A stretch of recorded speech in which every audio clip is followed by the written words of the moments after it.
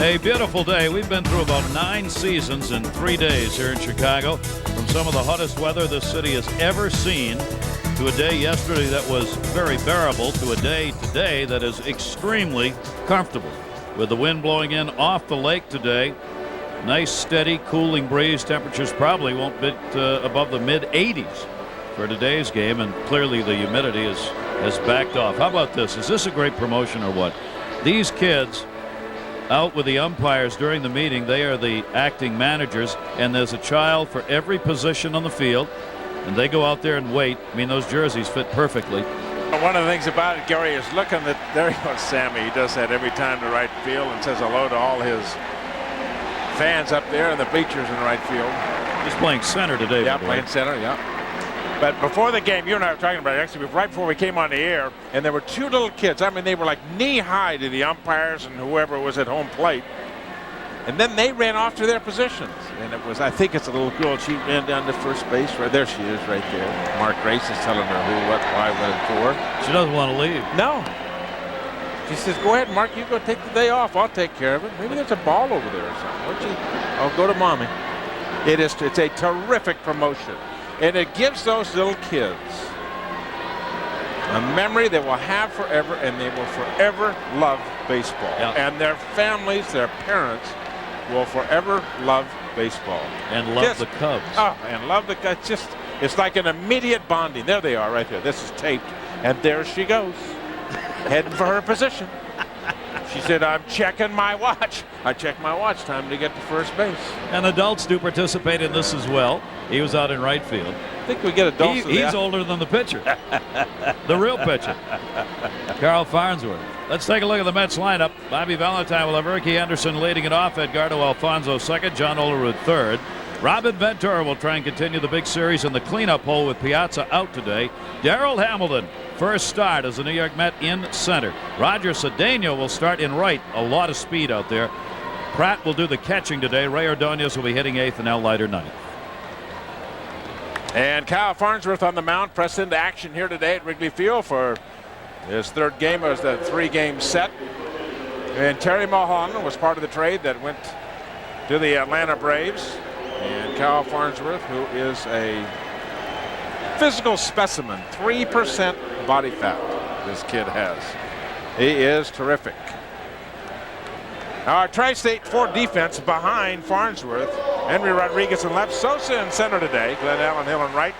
Gaetti, Manny Alexander, Mickey Morandini, and Mark Grace around the infield. Benito Santiago behind the plate. And Kyle Farnsworth on the mound. His record 2-4 with a 6.5 earned run average. 23-year-old right-hander. And Ricky Anderson is at the plate, goes after the first pitch and fouls it back, and we're underway here in game 3 rubber match, as we have had 2 very typical Wrigley type games where the offenses have dominated.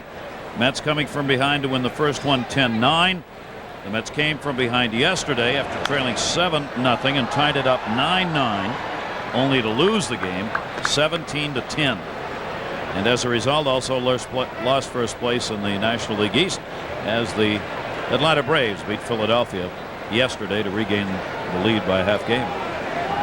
Kyle Farnsworth worked against the Mets on Friday in relief. They want him to be a starter. He has won only 2 games, and that was early in the year. He has not had a win in his last 8 starts. And in addition to those 8 starts, he's had a number of relief appearances. Outside to Ricky Anderson, 2-ball, 2-strike count. Sinker slider pitcher, Gary. Throws hard, has good stuff, and the word on Farnsworth is that he can be dominating for 3 or 4 innings and then simply runs out of gas. Talk about the great body that he has, in the sense 3% body fat, and they feel that actually what the Cubs are trying to do is trying to beef him up a little bit, beef his stamina up a little bit, put on some reserves so he can get by the 5th, 6th, and 7th inning. Our guys in the truck say that they last had their fat measured, and it also was somewhere in that vicinity. 3% body fat is unheard of. That's Olympic stuff. Our guys had 3% body fat at breakfast this morning. That's right. Yeah, that's right. We have those for hors d'oeuvres, don't we? Hey, guess what? 3-2 count. Oh, I'm working on that. 3-2, the delivery to Ricky Henderson, and Farnsworth gets the strikeout. I have talked to several people. One of them, Jay Horowitz, the crack master of the public relations department for the New York Mets, has said, listen, Jay, find me, here's a good slider, fools Ricky. And good location. I'm trying to get Jay Horowitz to find for me how many 3-2 counts there have been on both sides the last 2 days. I don't know what it is. It's a big number, though. There you see the trade made from the Chicago Cubs, as Farnsworth was not supposed to pitch today. Terry Mulholland was, but the Cubs struck the deal in their starting shortstop, Jose Hernandez, who had a home run yesterday, and Mulholland, the scheduled starter today, have both gone to Atlanta. Edgardo Alfonzo quickly down on the count, 2 strikes. So the wheeling and dealing of the GMs for at least a while will settle down a little bit. Cubs got the deals they wanted done for the moment. Swung on and missed. Farnsworth's got 2 Ks. You know, you're talking about the trades, and a lot of trade rumors around here yesterday. Of course, an afternoon ball game here at Wrigley Field. Take a look at the strike 3 to Alfonso. Good high fastball. That gets him giddy up on it. One of the teams that people were talking about for a lot of the trades, Rodriguez, was the Hernandez trade, shortstop here from Chicago. And they seem to have been in almost every trade that seemed to be mentioned. The Atlanta Braves. Galarraga's out of that lineup. They've hurt his shortstop. They're looking for pitching because of John Smoltz, who has the elbow problems. And it looked like the Atlanta Braves are really trying to help themselves. Because the New York Mets are right there with them. Had it been a year ago or whatever, it may not have made the trade. Now Olerud will get an infield base hit, and Farnsworth took that one off the leg, I think. Appears to be all right for the moment. We'll take a look and see where that hit him. It's an infield single for John Olerud. That's all the Chicago Cubs need, is to get another pitcher injured. Pretty good pitch on the outside part of the plate. Oh, went by his knee. Went by him. I thought it hit off his front leg, huh? Did not. Break for the Cubs. Olerud's on with a base hit. Now Robin Ventura. Part of those deal with those trades that the Braves maybe were because the New York Mets are close right to them, not sitting 10 or 12 games behind them. No question about that. Yeah, they are not the same team they've been in the last few years because of the injuries, and particularly the loss of Galarraga. You take all those home runs and 100+ RBIs out of the lineup, and your closer, Kerry Lightenberg, gone, and your starting catcher. And your shortstop. Yep. I mean, you just can't survive those kind of things. They have. Robin Ventura. Has he done it again? Right field, way back. Wind will blow it in. At the ivy, the catch made by Glenn Allen Hill. That ball's hit in game 1 or 2 of this series. He would have had another home run. After getting 2 yesterday, Ventura challenged it, but not quite. At Wrigley Field, see what they can do in a wind blowing in day against Mets left-hander Al Leiter. For the Chicago Cubs, Mickey Morandini will be leading it off. Former Met Manny Alexander starting at short today. Mark Grace. Sammy Sosa will bat cleanup. Glenn Allen Hill's making the start in right. Henry Rodriguez in left. Gary Gaetti at third. Santiago doing the catching, and Farnsworth hitting ninth. Al Leiter on the mound today for the New York Mets, making his 21st start, a record of 9-7, 4.5 earned run average. And his last time out, he pitched against the Chicago Cubs at Shea Stadium and pitched 8 strong innings, giving up just 8 hits and a single run, walked 2 and struck out 7. The top gun on the staff for the New York Mets, and he's looking for win number 10. Al Leiter working against Mickey Morandini, 3 for 8 in this series for Morandini. And the leadoff batter takes a strike on the inside corner.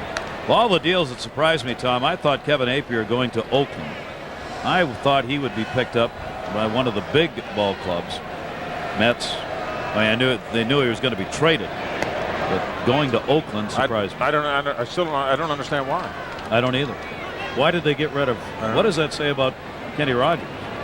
I don't know. Unless getting Appier is that you feel that you're going to get him and you can deal him sometime later this month if you if you can get him by waivers, which or you deal him over the winter. You'll never get him through waivers. I don't know. It doesn't make sense for that club to take him.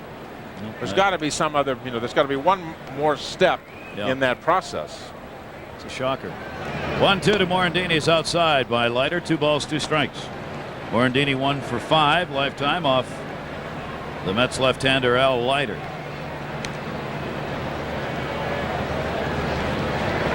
2-2 swung on and missed. Leiter gets the strikeout. He's got 104 in the year. Take a look at the Tri-State Ford defense behind Al Leiter here today at Wrigley Field. Ricky Henderson on left. Darrell Hamilton, first day on the job for the Mets here in center. Cedeno in right. Ventura, Ordonez, Alfonso, and Rolrud, the usual 4 around the infield. Todd Pratt does the catching, and Al Leiter on the mound. We'll mention the other part. There you see the #1 percentage fielding outfielder at any outfield position in the National League in Darrell Hamilton. He doesn't have the speed of Cedeno, but he has good speed and a very smart defensive player positioning wise. Very intelligent. And a darn good average, 300. Fouled off. I talked to several of the scouts here before the game. I said, what about Darrell Hamilton? And almost to a man they said, 4 or 5 years ago, they'd have taken Darrell Hamilton in a heartbeat. He could really play. He's on the back end of it now. Does everything very solidly. Covers ground, knows the game exactly what you say. He's a real pro's pro and understands the game, knows the game, doesn't throw like he used to, doesn't run like he used to, but still a very solid center fielder and a good little punch and judy, hit the ball everywhere, 300 hitter. Good gap hitter. Manny Alexander with the piece of new lumber against Leiter on the 1-1 delivery. Manny really bothered by the heat here over the last couple of days. This past week he had a bit of a heat stroke, he said, talking with him yesterday, and could not play Friday. Could have played yesterday, but did not feel very well. Obviously well enough today to be in that starting lineup. 2 ball, 1 strike count. Former New York Met role player Manny Alexander. Leiter comes inside to him and falls behind 3-1. Going to say the Chicago Cubs in their deal with Atlanta got minor league players Micah Bowie and Ruben Quivado. Foul bag. Bowie will be joining the Cubs staff. He's 24 years old. Had a few appearances out of the bullpen for Atlanta. Spent most of it at AAA. Quivado's a 20-year-old right-hander, 6-5 at AAA. There'll also be another player to be named later coming to Chicago. For Hernandez, the shortstop, and Terry Mulholland, a starting pitcher. 3 ball, 2 strike count on Alexander. And the other thing, Gary, about the New York Mets, their trading cannot be done. Their moves, they can't be done. Bobby Jones has been throwing on the side. They said Alexander. Bobby Jones has been throwing on the side, is getting to the point where he might be able to be returning to the staff, to the rotation in 10 days or 2 weeks, 2.5 weeks. Then you've got, when he comes back, you have 7 starters on the staff. Something's got to give. I mean, somebody is going to be released, traded. I mean, not everybody can go to the bullpen. You're going to have a 15 men on your pitching staff. Something's going to happen. And I would imagine there are going to be more deals. It'll have to be via the waiver, of course, where you may want to get somebody to a certain team and then somebody else could block it. Whether another team could block that trade. But they're going to have to figure something out. Bobby Valentine and Steve Phillips are going to have to figure that out. I mean, they're not done working yet. They still have work in front of them. Mets did not have to make any roster change today. Bobby Valentine has McElroy in the bullpen today, as he's here along with Hamilton before the game. Billy Taylor from Oakland is expected to be here before the game ends. That's McElroy. They still won't have to make a change. They will have to make a roster move when Dunston joins the team, probably in Milwaukee tomorrow. And probably Mel Mora is going to be sent back down again. You get a veteran player that can play everywhere the way Sean Dunston can. I mean, he can play in the outfield, and a terrific outfielder. Not just a fill-in guy. He can do a great job. And Grace has got a base hit. Grace is now 6 for 10 in this series. Mark Grace.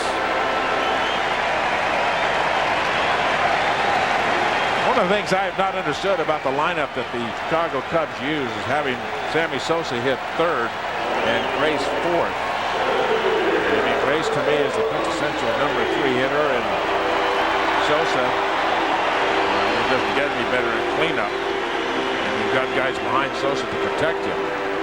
But the Cubs have decided most of the time that they use Sosa in that number 3 spot. They switch him around left-handed, right-handed, but Mark Grace, an excellent hitter.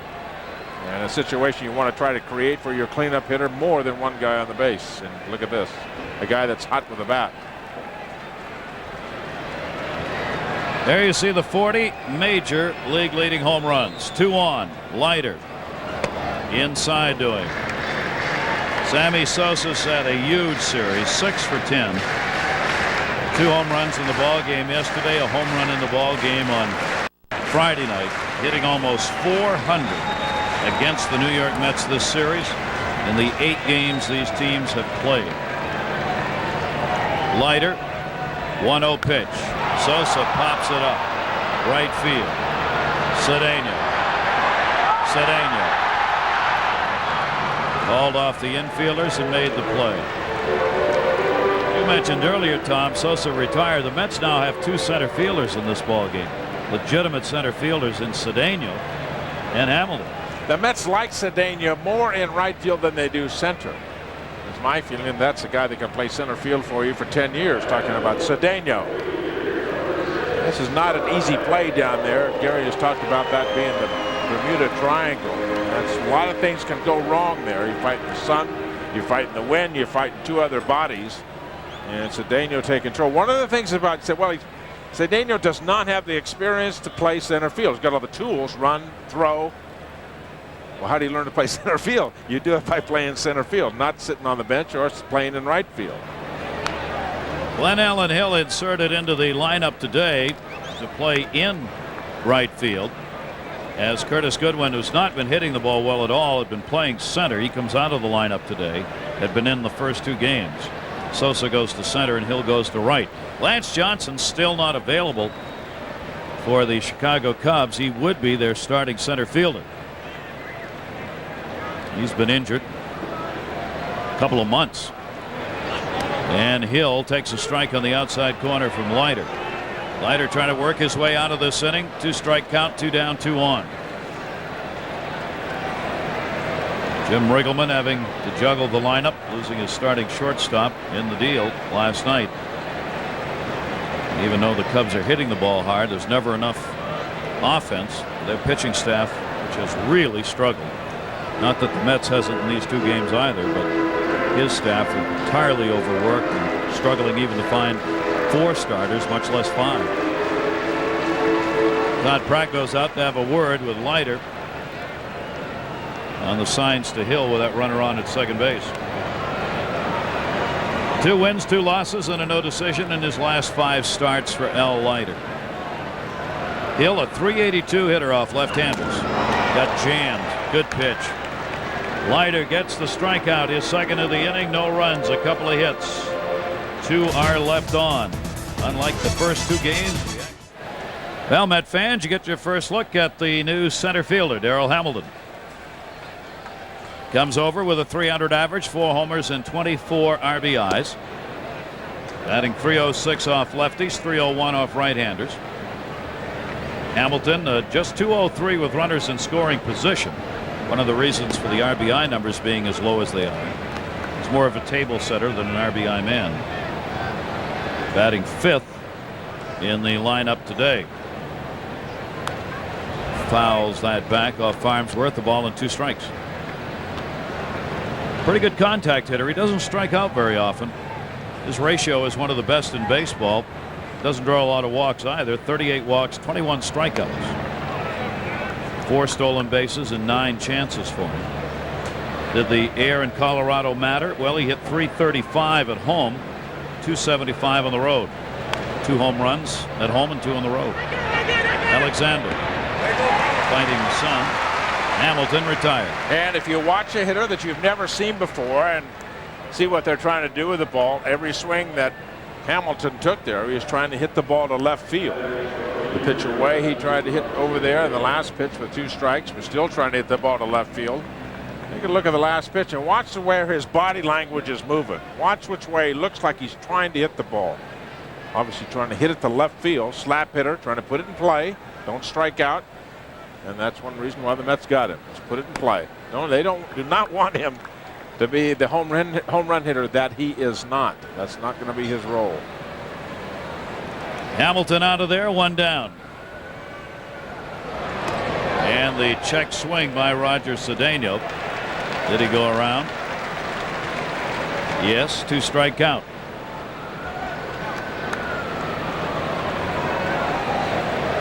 Cedeno putting up some very quiet, impressive numbers. Foul back. I mean, everybody knows him primarily because he's leading the league in stolen bases, but he's doing a lot more than that. Becoming a much better hitter, too. Very short stroke. Watch how short his stroke is in the sense of the movement he takes from swinging the bat, starting the bat to get into the ball. Not a lot of excess movement, contact, put it in play, hit it to left center field. Don't try to overpower the ball and use your speed. If he hits the ball on the ground on the left side of the infield, no matter how hard he hits it, he's got a chance for a base hit. He is one of those players that has the tools and ability that just seem to ooze out of him. He could be a center fielder in the big leagues for this ball club for 10 years to come. Now the Mets are independent. Maybe they don't have that luxury. Alexander. Gotta hurry, boy. He just got it. Danny Alexander on Cedeno. Oh, he just double clutched. He took that 1/2 step to double clutch and get the ball. And you cannot be afforded that luxury against a guy like Cedeno. And I mean, is this close at first base? Wow. He can fly down that line. That little hop right there, that second step, maybe he didn't have a handle on the ball. You're talking about timing. I mean, that's just by inches he was out. That's why he picks up a lot of infield hits with that speed. 2 down, nobody on. Todd Pratt.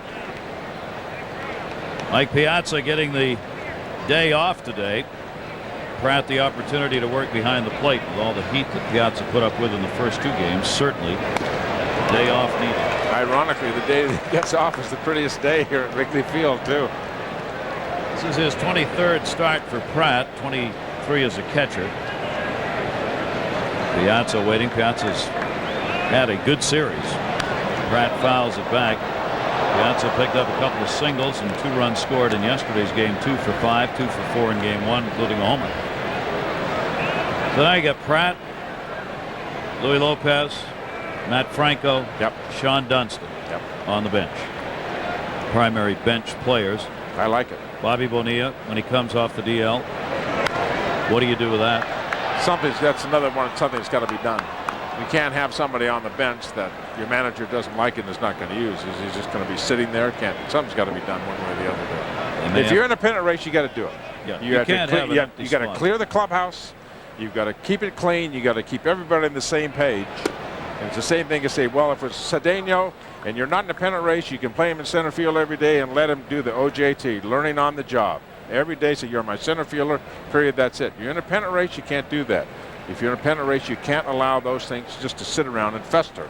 You have to address that sooner or later and get it done. Bayani's on the bench, too. Yeah. Another outfielder. Yeah, that's Mets obviously tried to get a deal that would include Bobby Bonilla, and it didn't happen. 2-2 delivery outside to Pratt. For Brian McRae, another, and I love Brian McRae and have great respect for him as a person and a ball player, but he and Bobby Valentine, it came head-to-head last year at the Atlanta series. McRae said what a lot of guys were thinking. A lot of teams play hard against us because they hate Valentine. It's like we have to play against an extra player. Once he said that in a situation that was key to the Mets, he was history. That was history, and that relationship was history. Yeah, and it was, and now McRae's gone. You try and get a working unit, and guys are on, everybody's on the same page. Farnsworth gets the strikeout. That turnaround after that strikeout. Watch his reaction to it. And I wonder why, Tom. A big swing by Todd Pratt. And look at the reaction. I mean, a ball by Farnsworth thrown right by him. And he looked back at the catcher. I think Pratt was concerned. He says, wow. I think he was concerned that maybe he came close to hit him the catcher, Santiago, with the bat. I think that was it. It wasn't necessarily what the pitch did or anything else. He simply threw it right by him. It wasn't a spitball or some illegal pitch. He just threw it, simply overpowered him. But I mean, that big follow through and big swing, he almost got the catcher. Benito Santiago looked up at him. That bat went right over his head on that cut. He said, "Don't do that to me." Do that. Hey, you're a catcher. Henry Rodriguez, 18 home runs, 69 RBIs. Benito Santiago, who's the backup catcher really here, getting the work today. Rodriguez, 6th best average in the league coming into today's play at .331. We'll check on this to be sure, but Philadelphia got 4 runs in the first inning against Atlanta today. They're now trailing by a score of 10-4, but Greg Maddux was the starting pitcher. Swung on and missed. The Braves came back for 2 there. They got 2 more in the 3rd and 5 in the 4th and another in the 5th. So they are up in that game, and they're up on the totem pole too. They're now a half game ahead. Those are the standings via the pennants and the center field scoreboard here in Chicago. Al Leiter with a 3-ball 1-strike count on Rodriguez. Actually, if Maddux gave up all those runs and settled in, that is a typical Greg Maddux game. Throughout his career, the first inning's been a disaster for him, and then he settles down. Leiter gives up the walk, and it's a leadoff walk here in the 2nd. Met fans, Todd Hundley returns to Shea Stadium with the Dodgers for a 4-game series starting Friday, August 6. Saturday, August 7. Adults will be getting a green Mets cap as they celebrate Irish Night. For tickets, call 718-507-TIXX. The Dodgers, the Mets, and Green Cap Night celebrating the Irish. What was the date on that, lad? I missed that. The date on that? The date on that, yeah. I think I might make that one. I think that's the 7th. You want to show up for that one? I want to go. I want to get my green hat, you know. Oh, you'll get one. And the pitch is inside to Gary Gaetti. Leiter's walked 55 in 132 innings, striking out 105. That walk he just gave up. Gaetti got the grand slam yesterday. Takes the pitch inside here, 2-0. And guess what? Well, we said it yesterday, we'll say it today. 3-2 pitch right down the middle. And a grand slam, nothing new to Gary Gaetti. There were a couple dozen 3-2 counts yesterday. Fouled off. This is a ball club, the Chicago Cubs. They win and or lose by the home run. They will try to slug you to death. The Sammy Sosa syndrome. And when they do not hit home runs, they are a different ball club and an easier ball club to defeat if you keep Sammy Sosa in the ballpark. Gaetti chased one on Leiter, set him up away, 2-2. Gaetti's .229 off left-handers with just 2 home runs off southpaws. He hits only .181 off right-handers this year, but he does have 6 of his 8 homers off right-handers. 2-2 delivery by Leiter, jammed him. He went around. Boy, did he set him up and fool him. Jeff Nelson, home plate umpire, made that call himself. Leiter gets his 3rd K. That's that little cut fastball on the inside part of the plate. Looks like it's going to be over the plate. Just keeps coming in, coming in, coming in. And just eats you up. Glenn Allen Mills struck out on the same pitch to end the 1st inning. And that has been Al Leiter's bread and butter pitch. It looks like it's going to be out over the plate. A little cutter. And it just keeps fighting right in, right at the hands of the right-handed hitter. And same pitch right there. Veteran Benito Santiago, still one of the best arms in the game, but on the backside of a catching career now at the age of 35. Came in as a .261 career hitter, not up to that so far this year. 13th major league season for Benito Santiago. 1 ball, 1 strike. It is still one of the most beautiful parts of the game of baseball. The catcher throwing out a base stealer with a perfect throw to second base. It is a spectacular thing to watch. And Santiago did the other day to Edgardo Alfonso. Didn't play much. All of a sudden he's in there and boom, an absolute strike to second base. It's a beautiful aspect of the game. He used to be able to throw the ball on his knees from behind the plate to center field on a line to the center fielder, just for the heck of it. 2-1 delivery to him, inside corner strike, and the count's 2-2. I had the luxury. Jerry Grody as a catcher, and then went to Cincinnati and had Johnny Bench as a catcher. I got to watch Steve Yeager throw. Guys that could throw the ball as well as anybody in the history of the game, those three. Great part of the game. Watching their bodies move behind home plate as they set up to throw. Wow. Right there, Benito Santiago wanted to argue, but really not much to argue about. 4 strikeouts for Leiter. The thing about Al Leiter is that he will make you so conscious of that cutter on the inside part of the plate, the slider that starts off the plate and comes back to the outside corner. Watch this pitch. That's the backdoor slider. Starts outside. And Santiago, you're so conscious inside in this area in here, all of a sudden you can't hit the outside pitch anymore. Great thing about pitching, you got to pitch both sides of the plate. And when Al Leiter does that, he is very successful. 23-year-old Kyle Farnsworth.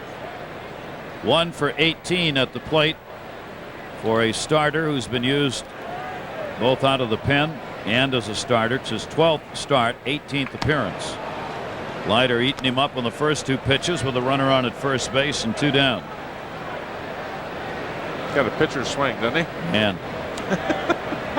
So sometimes, well, if Santiago throwing the ball is one of the prettiest parts of the game, sometimes watching a pitcher swing the bat, and thank God Ralph Kiner isn't here. Watching a pitcher swing the bat can be one of the ugliest things. He would agree with you. Yes, he would. He would agree with you. He would.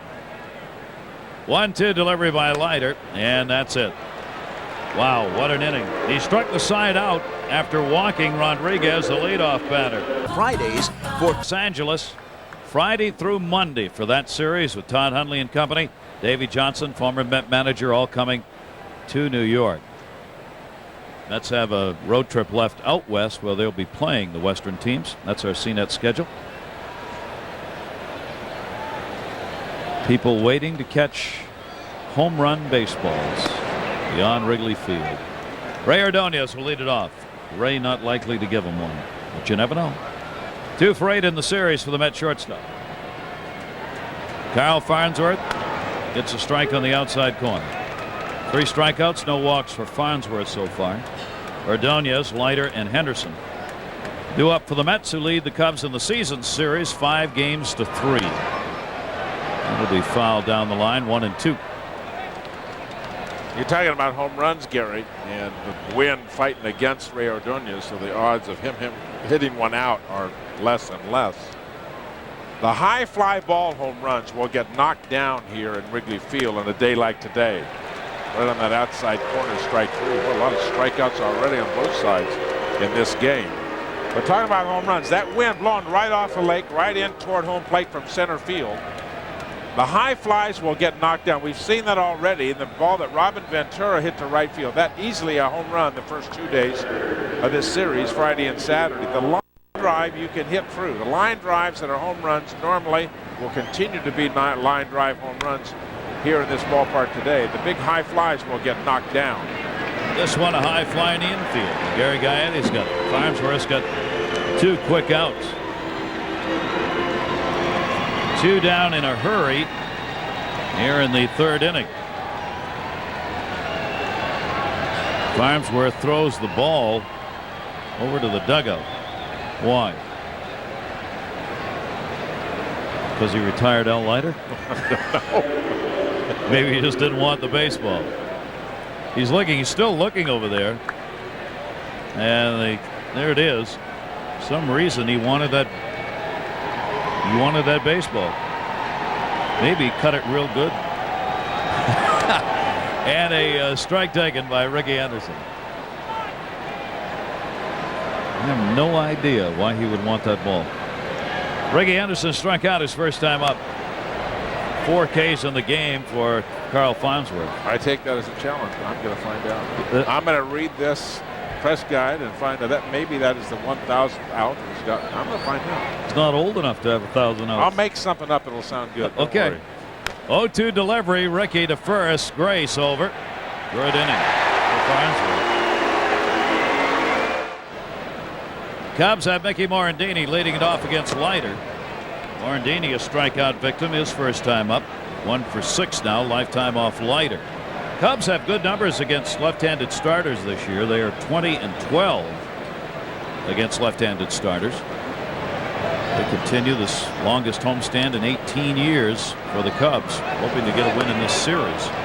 Morandini is not going to reach that pitch. Quickly, 2 strikes on him. Basic thing about pitching, a pitcher making the hitter protect both sides of the plate. You got the stuff that Al Leiter does. He's going to be in the driver's seat.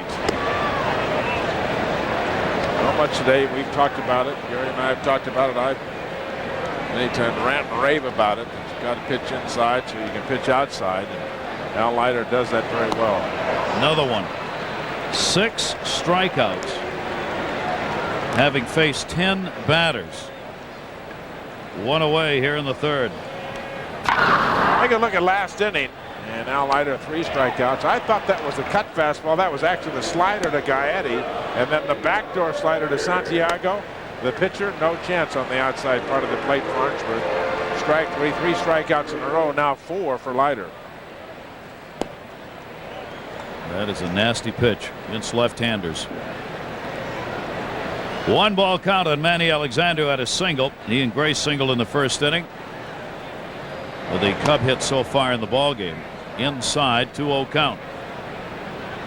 Leiter has a 5-2 mark lifetime against the Cubs, including a victory this year. 5-1 at Shea on July 25.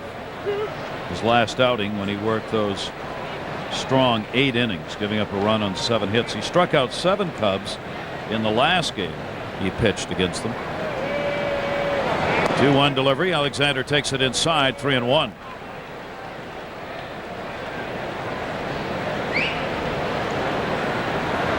Alexander, a very patient hitter. Well off the plate. 3-1. Fouls it back. Full count.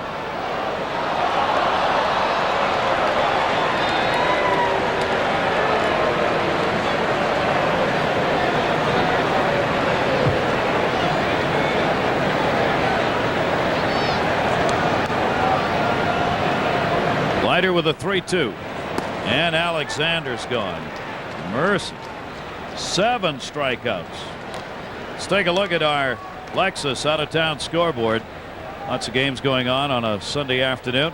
There you see Atlanta with Greg Maddux starting the game leading. Cincinnati leading the Giants. That's where the Mets go next, Milwaukee. St. Louis got a lead early. And the later starts. American League. Mark Grace. Strike on the outside corner. Atlanta leading the Mets by a half. Phillies by 5. Houston's got a 3.5 now over Cincinnati. Houston won. Cincinnati lost yesterday. Arizona's 2.5 over the Giants. Hello. Arizona's won 5. Both they and the Giants won yesterday. 1 ball, 1 strike count on Grace.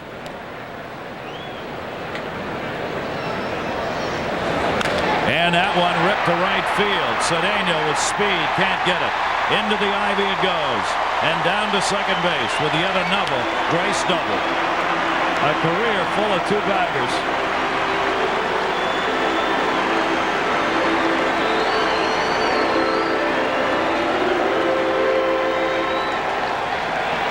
What a sweet swing. The pitch before that, it looked like Al Leiter to an off-speed breaking ball. And there another off-speed pitch right in the middle of the plate. The pitch that almost hit Grace was not a fastball. It didn't move him back. And then Leiter came right back with another soft pitch up in the strike zone. And Grace read it from the time it left his fingertips, Leiter's fingertips, and boom, a double down that right field corner. You could see, saw that pitch a mile away. You could see if he just kept his hands back, waited for it to get there, and then stroked it to right field. 398 doubles now for Mark Grace in his career. And closing in on the 2,000 hit mark, he'll become the 8th Cub to reach that mark. Cap Anson, the all-time leader in hits for Chicago. Now here's Sammy. And Sosa takes it inside. Sosa flied out his first time up. He is 5 for 20 lifetime against Al Leiter with 1 home run. Leading the majors now with 40 on the year. 2 away, no score. Jammed him, no play.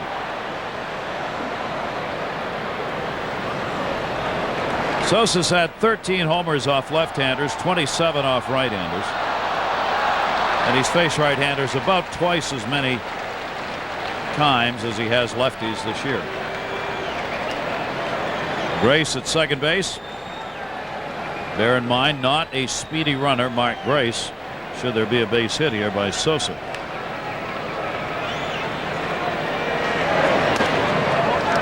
Sammy had the RBI lead for a moment yesterday. He is now second in the league in runs batted in. Back has moved ahead of both Sosa and Williams.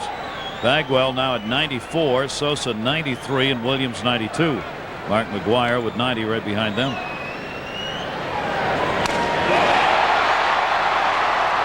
Henderson. Rickey hauls it in. Sosa's retired. No runs, the double by Grace, but he is left stranded. Chicago. Unless you live here, then it's first. And the Cub fans on hand. They've gotten lots of sunshine. The bleacherites have in this series. That first game here with those soaring temperatures, they had a lot of serious problems with folks who getting sunstroke and overheated. Cubs did everything they could, pouring water on folks during the game with hoses and having water available. But when you're sitting in this kind of sun without lotion on, you're in trouble. Popped up second base, Alfonso. Morandini's back. New Dodge trivia question on this Sunday afternoon. Looks like this. The Mets scored 20 runs in the last 2 days. What is the club record for runs on consecutive days?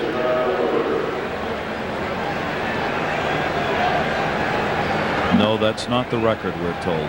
20, isn't it? John Olerud. Olerud takes a strike on the inside corner. John had a single his first time up. He's 6 for 10 in this series. His average bumping back up over that 300 mark. And he pushes that one to left field towards the gap. Rodriguez will get there. How much better baseball is when 2 guys pitching know what they're doing. And you know that ball there affected by the wind, though. That ball held up so the left fielder could get to it. But I was thinking exactly the same thing you're talking about, is that, you know, pitchers can get some psych themselves out. They say, oh my God, the wind is blowing out. I got to be careful. You be careful. You're behind hitters. You're 2-0, 3. Here we go. Here we go again. Both these pitchers today have come right out. Say, okay, here the wind's blowing in. Hit it out if you can. The philosophy of pitching doesn't make any difference if the wind is blowing in or blowing out. And the more you get behind with the wind blowing out, the worse trouble you get into. And we've seen it on Friday and Saturday. No question. I mean, there were just, bushelsfuls of 2-0, 3-1, and 3-2 counts. Sosa hitting home runs on 3-2 counts. Gaetti 3-2 counts. Everybody had a 3-2 count. Know. Not here today. 2-strike delivery. Ventura reaches. And somehow, somewhere, pitching coaches have forgotten to get across to these young pitchers that regardless of whether you're an A-ball, AAA, double, it doesn't make any difference. You've got to be ahead. You have to be ahead. Look at the Schwab leaders. Robin Ventura top of that pile over the last 10 days. Ian Bonds 14. Sosa with 12. Former Met Rico Brogna and Fernando Tatis. Charles Schwab leaderboard. Robin Ventura overall now 6th at RBIs in the league. Now there's that swing right there. There's a ball and 2 strikes, and it's so obvious. And if you're sitting on the bench and you watch it 1 and 2 in a pitch, borderline pitch, Robin Ventura's got to swing it. He can't take it. If it's 2-1, maybe you take it. And just missed with that one. Jeff Nelson looks as though he's giving the pitchers the corners, huh? Yeah, he's got a big strike zone today too. 2-ball, 2-strike count, 2 down, nobody on. Farnsworth. You can see why they like this 23-year-old right-hander. As we mentioned when he came on in relief, even though he was low in the draft and the selection, the Cubs have been very high on Farnsworth's performance in the minor leagues. Looks like he's got a pretty good idea about pitching. 3-2 on Ventura. Pitching both sides of the plate. Good sinker, good slider, good righting fastball. Let's see what he does in 3-2. Wichita, Kansas. 3-2 and a foul ball. Took something off the pitch, it looked like. Ventura was underneath it, a little bit out in front of it. He got the ball up. Robin leading the Mets in both home runs and RBIs. Who would have thought he would be the home run leader? He's one ahead of Mike Piazza. And 84 runs batted in. That'll be in the seats. 3-2. One of the things that happens, I think, Tom, in this day and age in sports, and maybe forever, but more so now, players get highlighted early, not unfairly. The Piazza, the McGuire, the Sosa, the big stars, and even when they may not be playing well for a season or a shorter period of time, they still have the name and the aura about them, while other guys like Ventura, who never reach that aura, have these tremendous seasons that go largely unnoticed, except by people following the ball club every day. That's kind of what's happening to Robert. He is a pro's pro.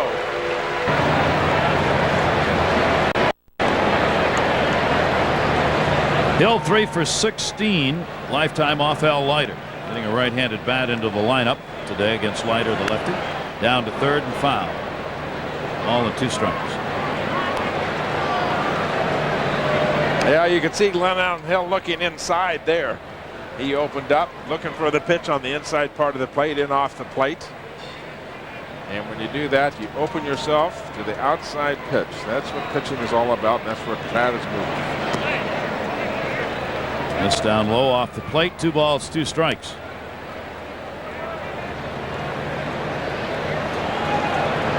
Glenn Allen Hill, bench player now for the Chicago Cubs. Utility outfielder. He'll strike out a lot. Add another one.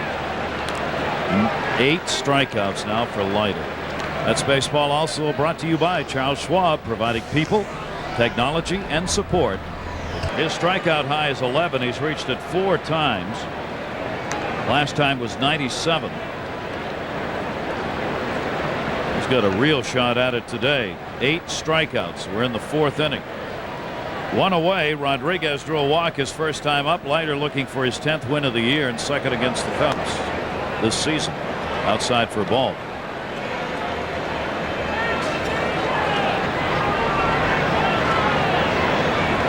Rodriguez 1 for 8 in this series. Home run. Ahead on the count again. 2 balls and no strikes.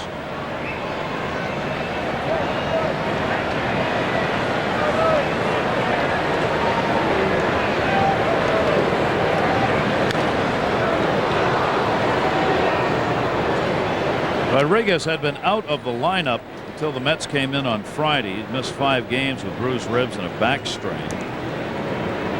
It occurred against the Mets, in fact. He'll get back into the lineup on Friday night. Friday afternoon, rather. Went around on that one, fooled by it. 2 balls, 2 strikes. That was that great catch he made in left field. On that Friday night game, I think it was, Gary, that he went to left center and dove out after the ball, landed on that rib cage. Thought about it. 3 balls, 2 strikes. Jeff Nelson, the home plate umpire, working the game today. Leiter working in a hurry. 3-2 delivery. Foul back. Tom and I were talking between innings. The umpire situation is getting ugly. None of these umpires had resignations that were accepted in this crew. There was a letter, though, from one of the wives, Ed Montague's wife, to one of the other wives, Mark Hirschbeck's wife. It was in the New York Times, and I'm supposing other papers. John Hirschbeck's wife, rather, which was really ugly. I mean, the umpires now not only are fighting the leagues and Major League Baseball, now they are fighting amongst themselves. Those umpires who took their resignations back and those who did not. And the letter from one wife to another was from Montague's wife, who did not withdraw his resignation, to John Hirschbeck's wife, who did. That is Hirschbeck's brother here.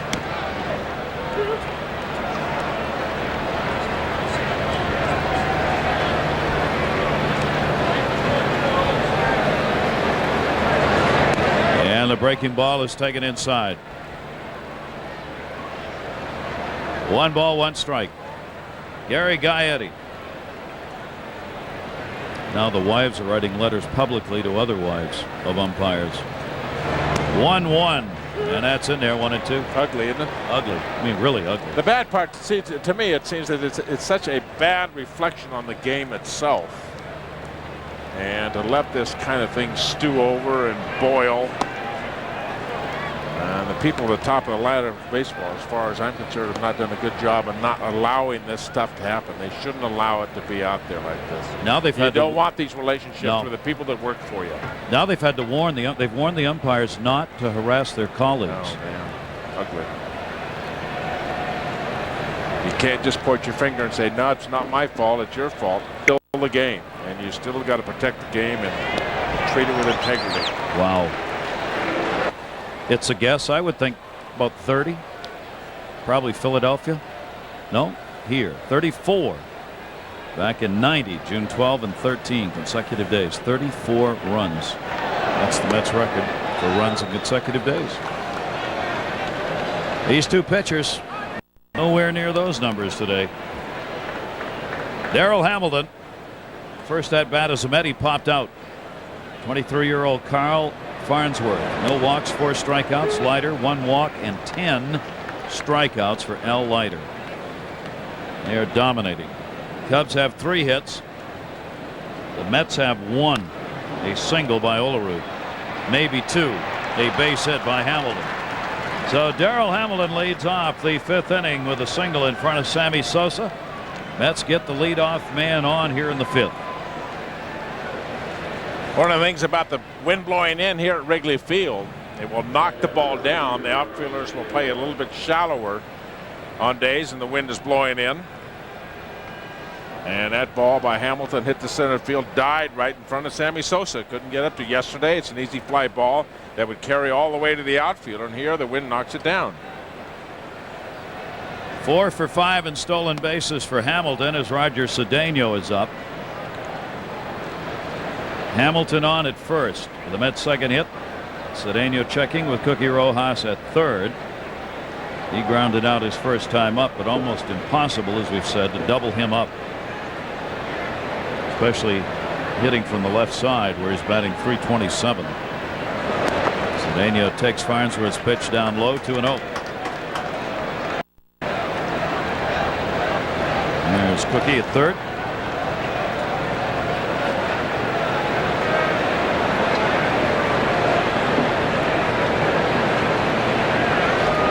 Farnsworth with grace holding Hamilton. There goes Hamilton.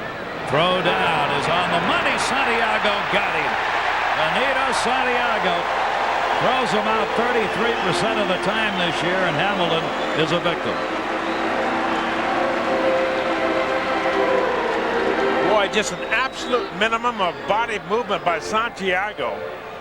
When you see Hamilton take off, I thought it was going to be the hit and run, a situation where you got to have Cedeno swinging the bat, if nothing else, to protect the base runner. When you have the kind of arm behind home plate that Santiago has, boy, his footwork is terrific. Santiago's is. Release is perfect and right on the money again. And Cedeno then draws a walk. So there's the first walk given up by Farnsworth, and Santiago may be tested again by the league's leading base stealer. This is going to be a good contest right here. You would think somewhere Cedeno is going to go. This, if he does go, this is worth the price of admission right here. Santiago against Roger Cedeno, the league leader, and you're going to get a trip to the mound by the manager. The way this game is going, 1 run might be enough. The Riggleman will check with Farnsworth, particularly regarding Cedeno. Cedeno leading the league with 52 stolen bases. Womack still at 44. Todd Pratt, if they could get a ground ball, good chance for a double play here if they can keep Cedeno at first base. And you would think the message from the manager is make sure he stops. Do not give him a walking lead, talking about Cedeno at first. And give your catcher a good chance to throw him out. Don't give him a walking lead. Pratt goes after the first pitch and fouls it off.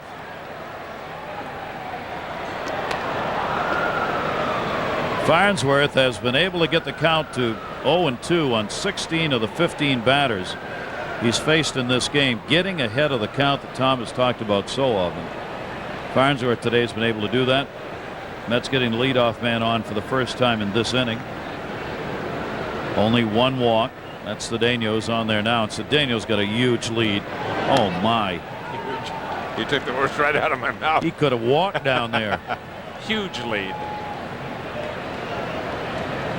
One of the things a pitcher has to do and learn how to do is to give a couple of moves, different moves to first base. Look at the size of this lead. And Cedeno thought he was going to go and then stopped. Maybe he didn't feel comfortable with the jump. Wow. He is way off there, folks. It's one of the biggest leads I've ever seen. You got to learn to have a couple of moves over there in a situation when you have a base runner that has the kind of lead that Cedeno has, and you give him the mediocre move. Mike Marshall, the relief pitcher for the Dodgers, did it so very well. Got him leaning, got him.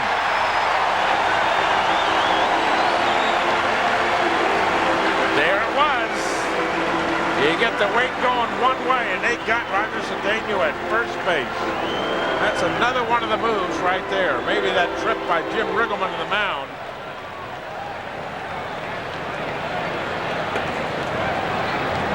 The learning curve of the young player, walking away, dead away from the base, and not sidestepping away from the base. That's why you get caught. You got your balance going. See how he's walking away with his back to the base?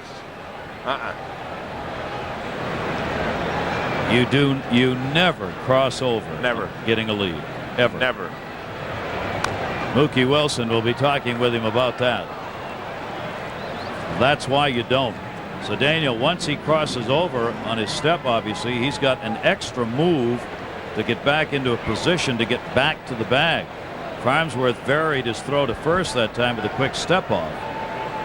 So the Mets in this inning have had a runner caught stealing and one picked off. Now they're 2 down, even though there's been a single and a walk. Todd Pratt, 1 ball, 2 strike count, 2 down, nobody on.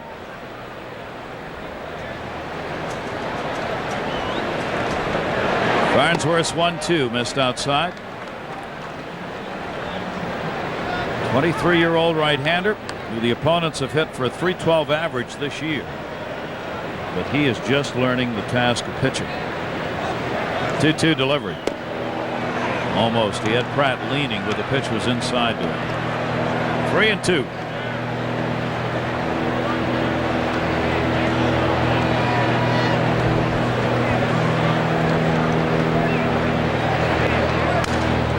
Towards third, Gaetti.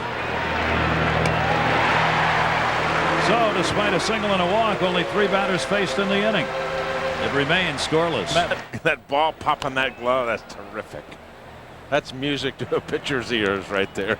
That was a thing of beauty. Good job. One more and he ties his career high in strikeouts in a game, 11. Which, as we mentioned earlier, he said a couple of years ago. Not much question, he's going to get a new one today. Grounded foul.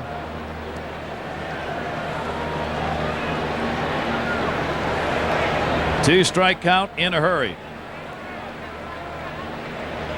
There is Jeff Blauser on deck as Farnsworth is going to be coming out of the game. The bullpen's been active through the last inning, in fact. Pitcher called up by the Cubs today. Steve Rain was warming up. Now they've got Beck throwing. So apparently, wow, going to pull Farnsworth out of there, throwing a 2-hitter. Well, the word on Farnsworth is that in the 5th and or 6th inning that he would tend to run out of gas. He certainly didn't look like it last inning. Maybe they're protecting his arm. He did pitch Friday night. Yep. Benito Santiago, and that's 11. So Al Leiter has tied his mark for most strikeouts. He has now struck out 4 in a row. Fastball up above the top of the strike zone. And Santiago went fishing, catching nothing. Leiter did it with Florida in July of '97 against Cincinnati, his last time out. Now Jeff Blauser, former Brave, backup infielder for the Chicago Cubs, pinch hitting for Farnsworth. Farnsworth will finish the 5 innings, no runs and 2 hits. And Blauser bloops one to center field. Hamilton's there. 2 down. Pretty neat scorebook so far. Farnsworth walked 1, struck out 4. You got to have these guys put it in play a little bit. I mean, if you strike out a lot of people in a row, it's a lot of work. So you got to have them hit the balls the outfield. Well, you don't want to be flirting with that, consecutive strikeout record. That's Whoever right. owns that one in the big leagues, I don't know who that is, but you want to stay away from that record. Little bloop to center once in a while. Thank you very much. 2 down, nobody on, and Mickey Morandini, he has struck out twice. We'll have one of those quizzes somewhere along the line. Most can strikeouts. I know that. You think so? We'll have it somewhere. Would you have a guess on it? I'll have a real big guess on that one. Just wanted to check. I'll tell you the number, The date, and the pitch. Pitch And the by pitch. pitch. Yeah. Yep. Absolutely. 1 strikeout here with 2 down. Do we need to wait for the No, you'll get it sooner or later. new Dodge? As soon as we get another. I can use it on more than one broadcast. Oh, absolutely. Good. Absolutely. Yeah. 1-1. Morandini waving. Boy, he has had no chance on those pitches. He's so far off the plate on those pitches. Like 6 inches away from the end of the bat when he swings. 1 ball, 2 strike count. Could be a new record coming up here with another one of those cuts. 1-2 delivery. And outside he didn't chase. 2-2.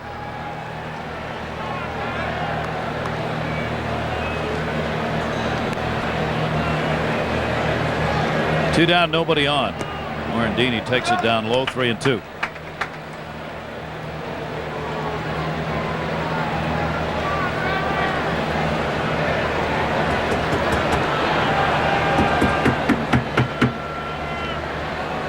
The 8th 3-2 count we've had today. Swung on, foul tip. Well, we're doing better than we were doing yesterday. We had 19 yesterday. Jay Horowitz found that out. We had 19 yesterday, 3-2 counts.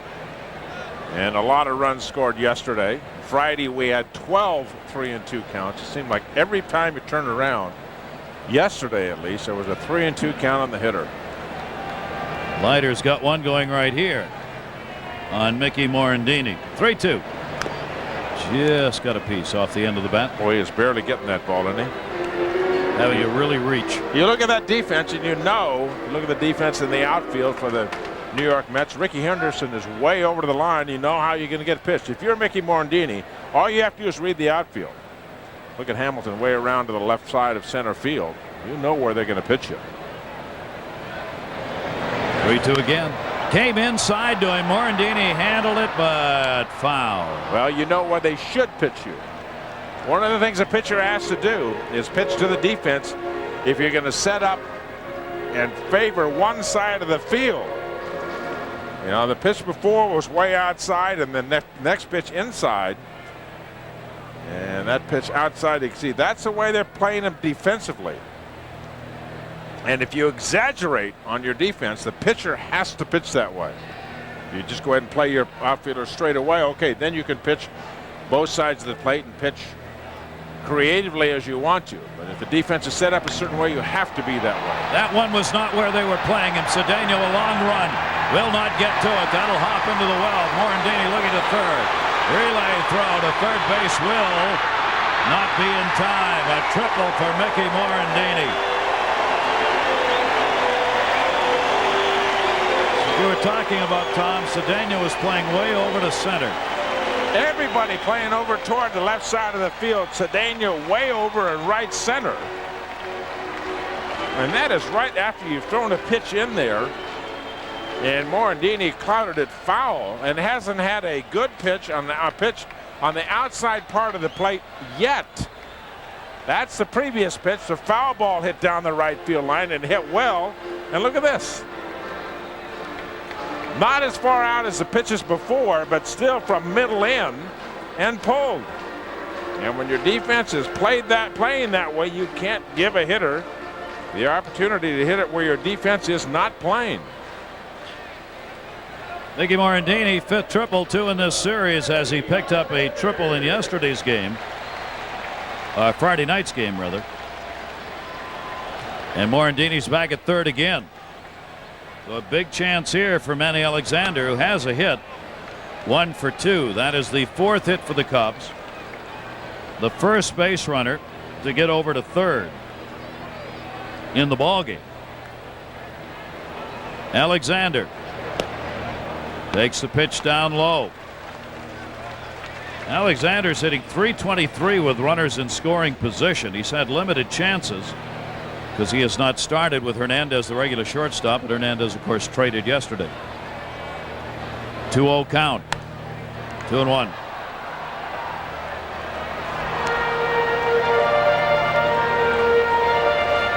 Pretty good swing right there by Alexander. 2-0 count, looking away. Good swing, trying to hit the ball hard to the right side. When you're ahead in the count, you can look inside, you can look outside, you can pick one part of the plate you want to try to look for the ball. And you could tell by that swing that Alexander was looking away, got the pitch out there, fouled it back, but he got the pitch he was looking for. 2-1 delivery to him inside, 3-1.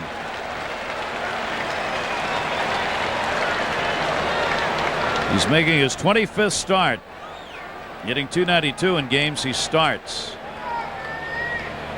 And those numbers when he gets an RBI chance. Got fooled on that one. Oh, mercy. Look at him. Whatever he thought was coming, that wasn't it. 3-2. Totally different swing. And a real aggressive swing on the 2-0 pitch there. 3-1. He looked like he might have been guessing middle in. Got the ball on the outside part of the plate. Runner at 3rd base. No score in the game. Still 3-2 with 2 down here in the 5th.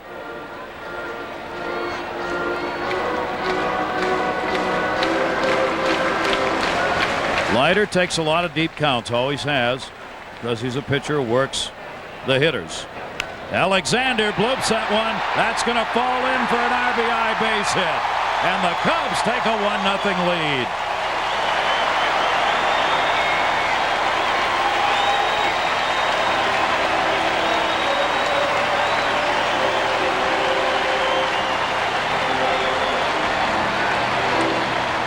Mickey Morandini set it up with a triple. We have seen some long home runs in this series. And how you get the runs across does not make a difference if you can get them across. A little bloop single, not how hard you hit it, but where you hit it. And the mistake of the inning was the pitch to Morandini, allowing him to hit the triple down that right field line. Runner goes, throw down by Pratt, not in time. A stolen base for Alexander, his 4th of the year.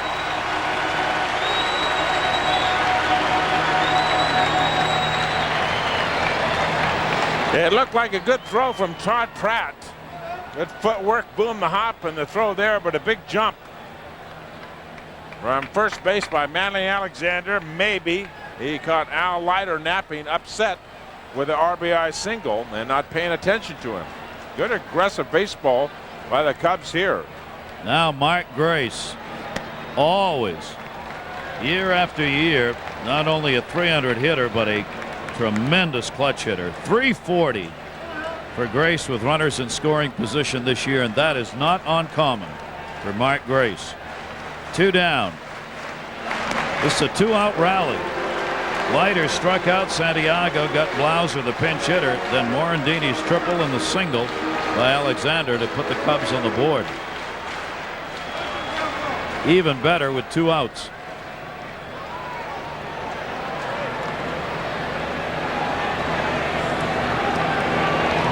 Already a double and a single for Grace. First 3 hitters in the lineup have all 5 hits.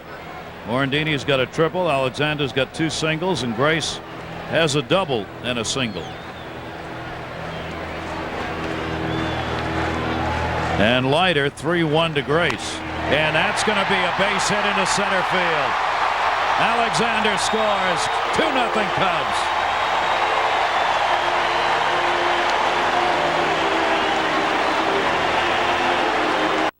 He'll wear you out.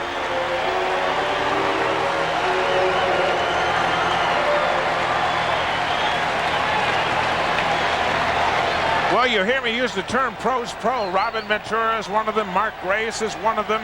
Edgardo Alfonso. And here it is, Grace, his turn. Not trying to do too much with the ball. He'll take the single. He'll take the RBI. Good two-out hitting. And on pitch number 101 from Al Leiter here in the 5th inning, the Cubs put a 2-spot on the board.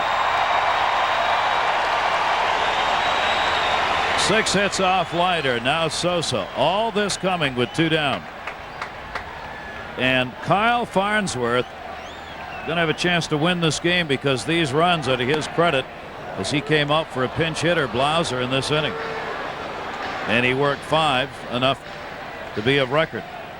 Sammy Sosa's flied out twice.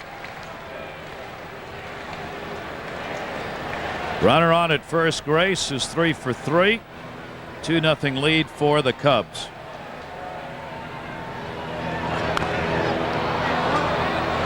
Does he ever take a weak cut? Every swing. Cuts down a little bit sometimes with 2 strikes. Not all the time. Sometimes at 2 strikes he will cut his swing down. I talked about it yesterday about after Mike Piazza, who I think is the best bat speed in the National League.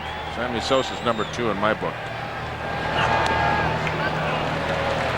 Sammy Sosa has had a home run in each of his last 3. 4 home runs in his last 13 at bats. His 2-homer game yesterday, 3rd this year, and the 36th multi-homer game of his career. 1-2 delivery by Leiter. Check swing. That looked like he went. He did. Mark Hirschbeck, first base umpire. Sammy not happy about it, but he went a good ways around on that one. But the Chicago Cubs come up with a couple of runs with 2 outs on 3 hits and take the lead. Unfortunately for him, it came in an inning where he gave up 2 runs, 3 hits, 3 consecutive hits, and now Rod Beck will come on in middle relief work here for the Cubs. And the Mets' Ray Ordonez will face him, takes a strike and didn't like the call at all. Only 19 games because of injuries for the 30-year-old right-hander.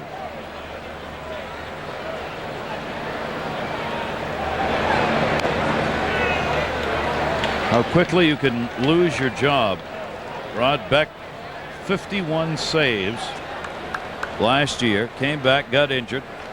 Terry Adams is now the closer for this team, and Beck working in middle relief. Not a bad thing for the Cubs.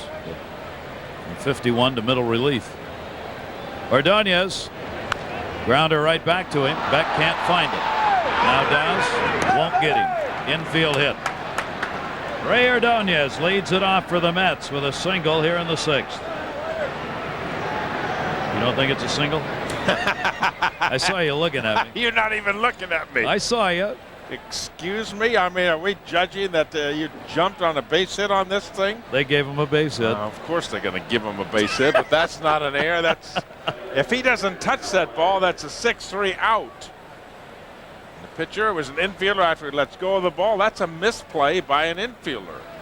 Here's Leiter for the sacrifice, fouls it back. Base hit my foot. Not his foot, was the glove. He hit it with his glove. I'm sorry. No, I agree. This is the big leagues. I agree. Oh, boy, for errors to occur in this day and age, you really gotta muck it up. You gotta be real bad.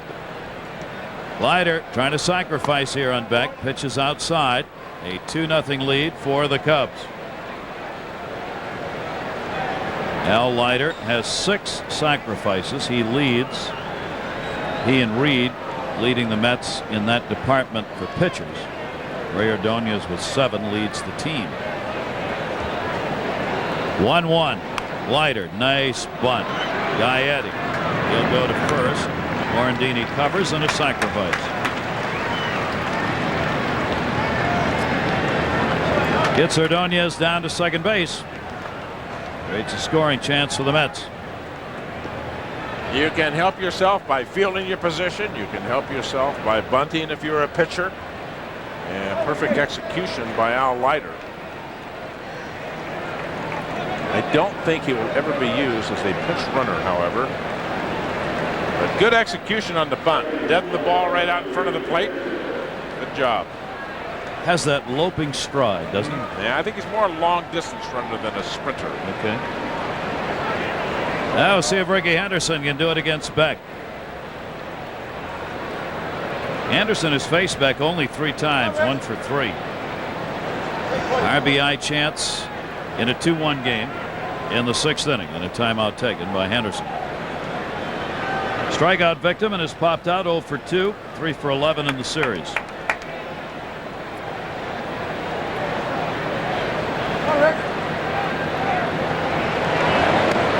Beck pitches way over on that third base side of the rubber. Has to swing his body back in order to get lined up for the pitch. He creates as severe an angle as he possibly can to home plate. And to the right-handers, it looked like he's coming out of that shortstop position.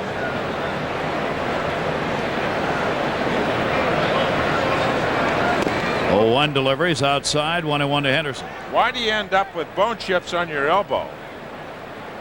Beck had surgery on that elbow and had it cleaned out, got all the bone spurs and bone chips. Felix Heredia in the bullpen. He has pitched in this series already. Runner at second. Anderson takes it up high, 2-1. Left-handers have hit Beck at .429, right-handers at .341 in the games he's appeared in this year. 3 homers, 2 by right-handers. 2-1 delivery. Anderson swings through it, 2-2. Well, there's a situation. Ricky Henderson getting a pitch, and for some reason missed it. You can see him pound himself on top of the helmet with his bat. Oh, change up that to those. Couldn't read it from up here, and Ricky guessing fastball didn't get it. 2-2 delivery. One of the reasons for the high numbers on Beck, this is only his 4th game since coming off the DL. He's worked only 3 innings. He's on the DL from May 17 forward with that elbow surgery Tom was talking about. Did pitch earlier in the year. 3-2 delivery. Check swing and walked him. So Beck struggling here. Henderson is on. 2 on. In the middle of the Mets order. Getting close.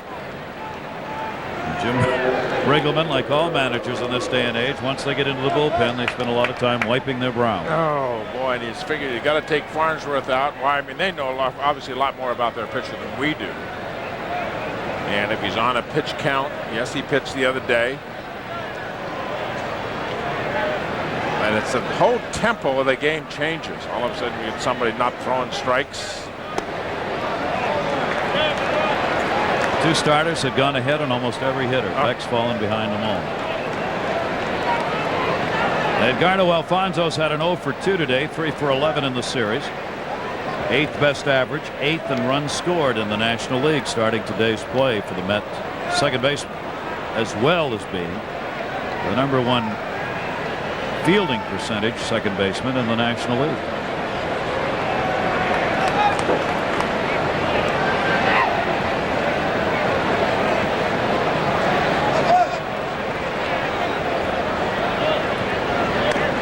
And a strike on the outside corner.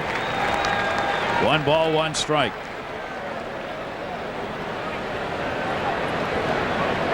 For Beck, it's almost like spring training all over again. Trying to work back into game condition. Alfonso's 1 for 8 off him in his career, off Beck. 2 on, 1 out. And a 1-2 count.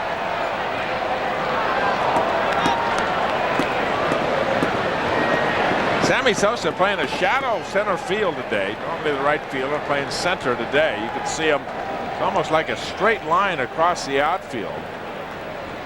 Usually it'll have some arc into it, but Sammy playing very shallow. That wind blowing straight in for center field.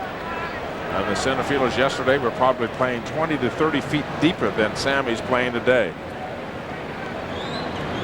Beck throwing. Base runners need to be on their toes. He throws a forkball. Sometimes ends up in the dirt. Fastball there. Beck used to be a power, overpowering, typical bullpen closer. He does not have that overpowering speed anymore. He has to mix it up. He's got a good fastball, but he'll throw that forkball, split-fingered pitch, and a slider more often than he used to. 2-2 delivery. In the dirt on that one. 3-2. Fans getting a little uneasy. Well, 3-2 to Henderson, 3-2 to Edgardo Alfonso.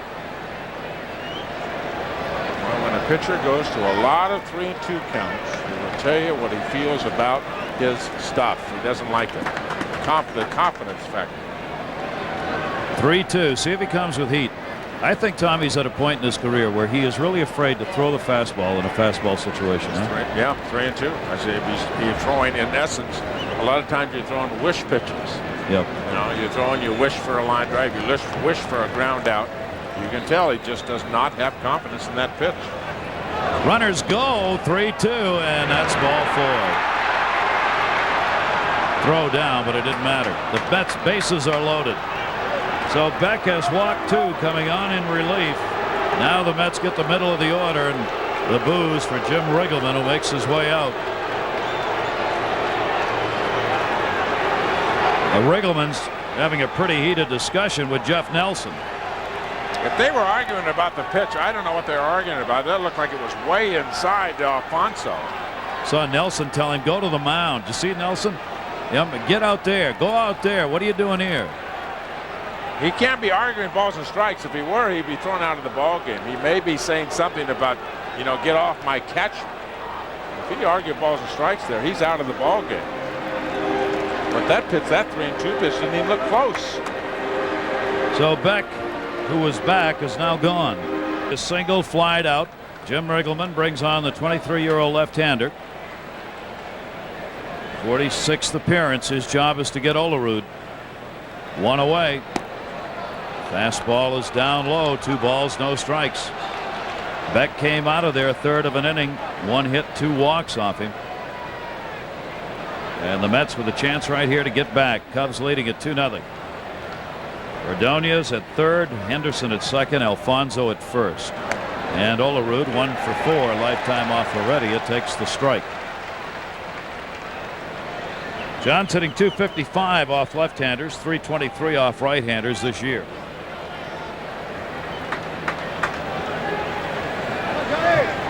Felix Heredia is very tough on left-handed hitters. Misses down low, and there is no place to put him. 3-1.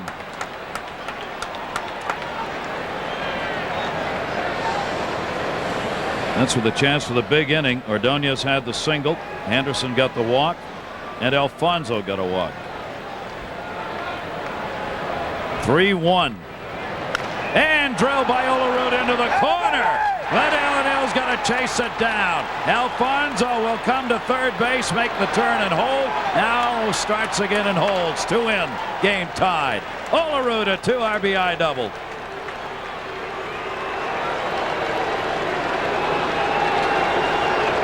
And they'll be charged to Beck.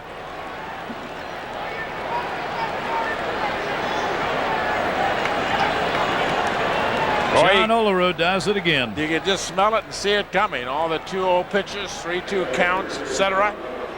And John Olerud right in the driver's seat and sit on that fastball. Heredia fell behind him. And he sits on the fastball and gets it. Drills it in that right field corner. Olerud now is 63 runs batted in. Jim Riggleman, strategy backfires. He will walk Robin Ventura intentionally to load the bases again with Darrell Hamilton on deck. The 7th intentional pass issued to Robin Venturi. He is 1 behind Piazza in that department on the Mets. So still 1 away. Mets have tied the ball game at 2. Bases loaded for the second time in the inning, and Darrell Hamilton coming up. Hamilton 1 for 2 with a single. Joining the Mets today. Deal made yesterday with Colorado. 34 years old. Gap hitter. Batting .304 on the season.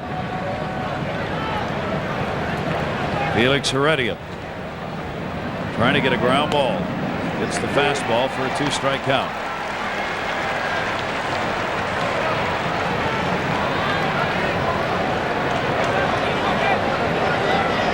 Hamilton 2 for 4 off Heredia in his career. Heredia working a little too fast for Hamilton's pleasure, and he stepped out. Mets now with 4 hits, Cubs with 6. Hamilton takes it. Well, yesterday we talked about the fact the walks just killed the New York Mets. There were 8 walks surrendered, 7 of them scored. Farnsworth walked only 1 in his 5 innings. Beck walked 2 in a third of an inning. 1 of those is scored, and 1's at third base. Hamilton, he's got 1 to left field. Rodriguez has to play it in front. Late start, Alfonso. Station to station. Mets lead at 3-2. First RBI as a Met for Darrell Hamilton.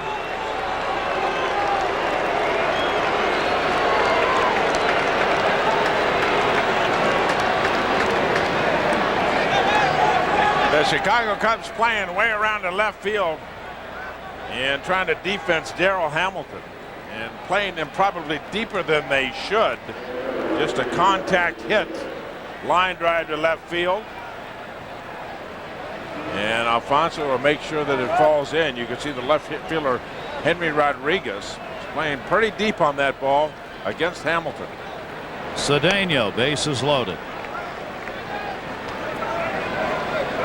So Beck responsible for all 3 runs. Jim Riggleman again sees the bullpen. Cough it up, at least for now. 1-strike pitch by Heredia. Cedeno, the switch hitter, takes it away. 1-1. Terry Mulholland was supposed to start today for the Cubs. He was traded to Atlanta along with Jose Hernandez, the shortstop, for 3 minor leaguers. So Farnsworth, who pitched 2 1/3 on Friday, started the game and pitched well. They took him out from 2-0 lead, and here in this inning the Mets have gotten 3.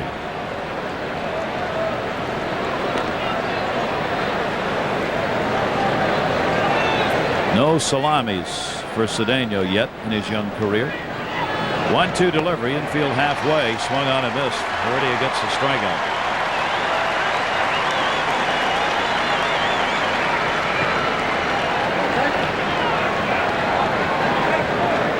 Take a look at the pitch from Heredia, breaking ball, and Cedeno a much better hitter left-handed than he is right. He has a much longer swing from the right-hand side. His left-handed swing is very short, very crisp. His right-handed swing totally different. Big, long swing and way out in front of the breaking ball. Now there are 2 down. Todd Pratt. You know, you almost, and I haven't seen Cedeno play enough, Tom, but almost looks like he is one of those players who might want to think about not switch hitting, at least in certain situations. Well, he's got such great speed from the other side. He's got a great stroke from the left side, great speed from the left side. Just leave him on the left side and let him put the ball in play against left-handers. Yeah. Say, hit it on the ground, say, throw me out if you can. He has that kind of speed to be able to do it. 1 ball, 1 strike count on Pratt, starting catcher today. He has struck out, grounded out, 9th man up in the inning. Mets started this with a Ray Ordonez single. A couple of walks by Beck, both have scored. Base is still loaded here with 2 down. Felix Heredia, 1-2.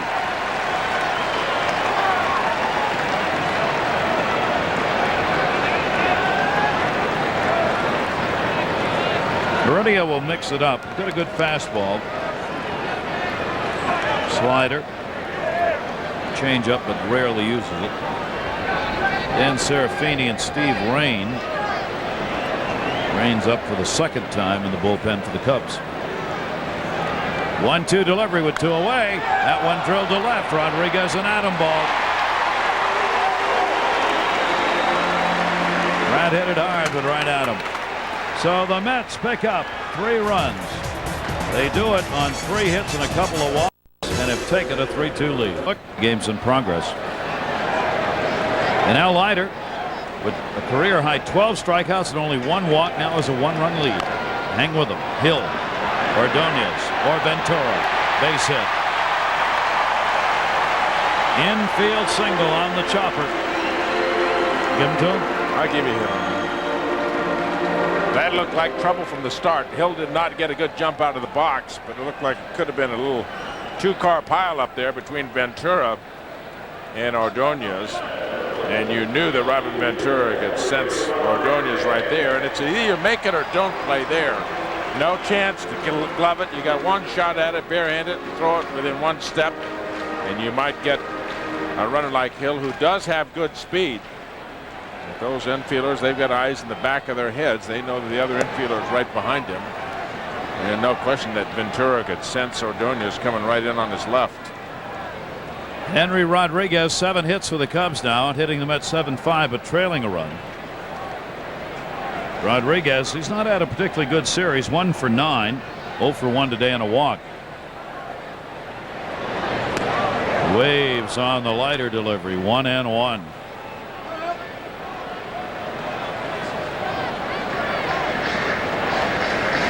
And the newest Met is on hand, Billy Taylor. Literally just ran down to the bullpen. Arrived after the game had started from Oakland. 26 saves, 4th best in the American League. Will be a middle reliever, closer if needed.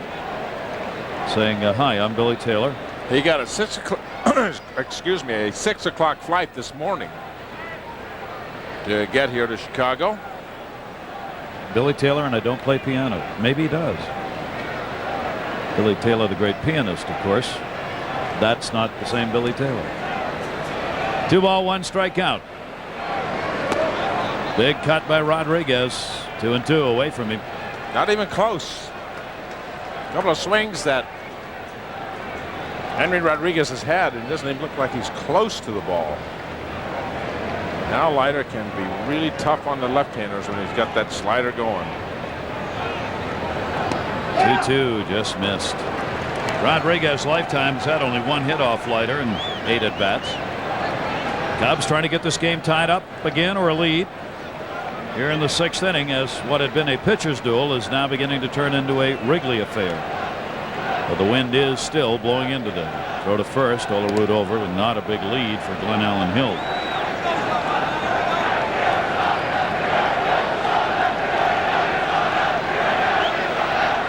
Three ball, 2 strike count again by Leiter. And he waved at it. 13 strikeouts for L. Leiter. 2 of them on Rodriguez. Another breaking ball, looked like the slider, maybe the cutter. They're both very similar from Al Leiter. And not even close. You can see the rear end was in it. And the net dugout wasn't close to home plate. He was gone. And that one, Gaetti pulls foul, broke the bat. 1 strike count on Gary Gaetti. He'll head back. Now Leiter has walked only 1 in this game. To go with the 13 strikeouts. Just hung with it. 1 bad pitch, couple of bad pitches to Alexander. The one he gave up, Mickey Morandini rather, gave up the triple on, and then Alexander got an RBI. Grace drove him home from second. Cubs got those in the bottom half of the 5th, and the Mets came back with 3 in the 6th. Gaetti, 1 strike count.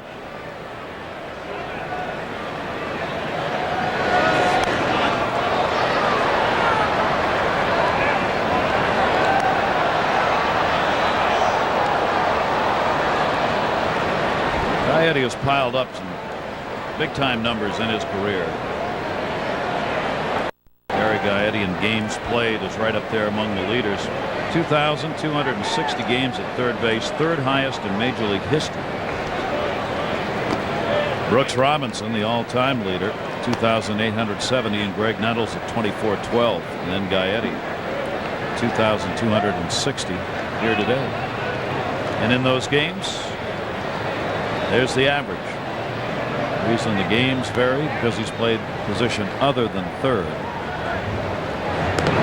Not very often. 1 ball, 2 strike count. A great play he made yesterday on the little play out in front of home plate. He totally decoyed Roger Cedeno. All they thought Cedeno would get. Gaetti was going to first, faked it and got him at home plate. He's the same kind of player that they're going to get. Sean Dunston, veteran player, knows the little things about the game. Sean Dunston is 36 years old, right-handed batter. He'll join the Mets probably tomorrow in Milwaukee. Gaetti now 40 years old, 267 career hitter.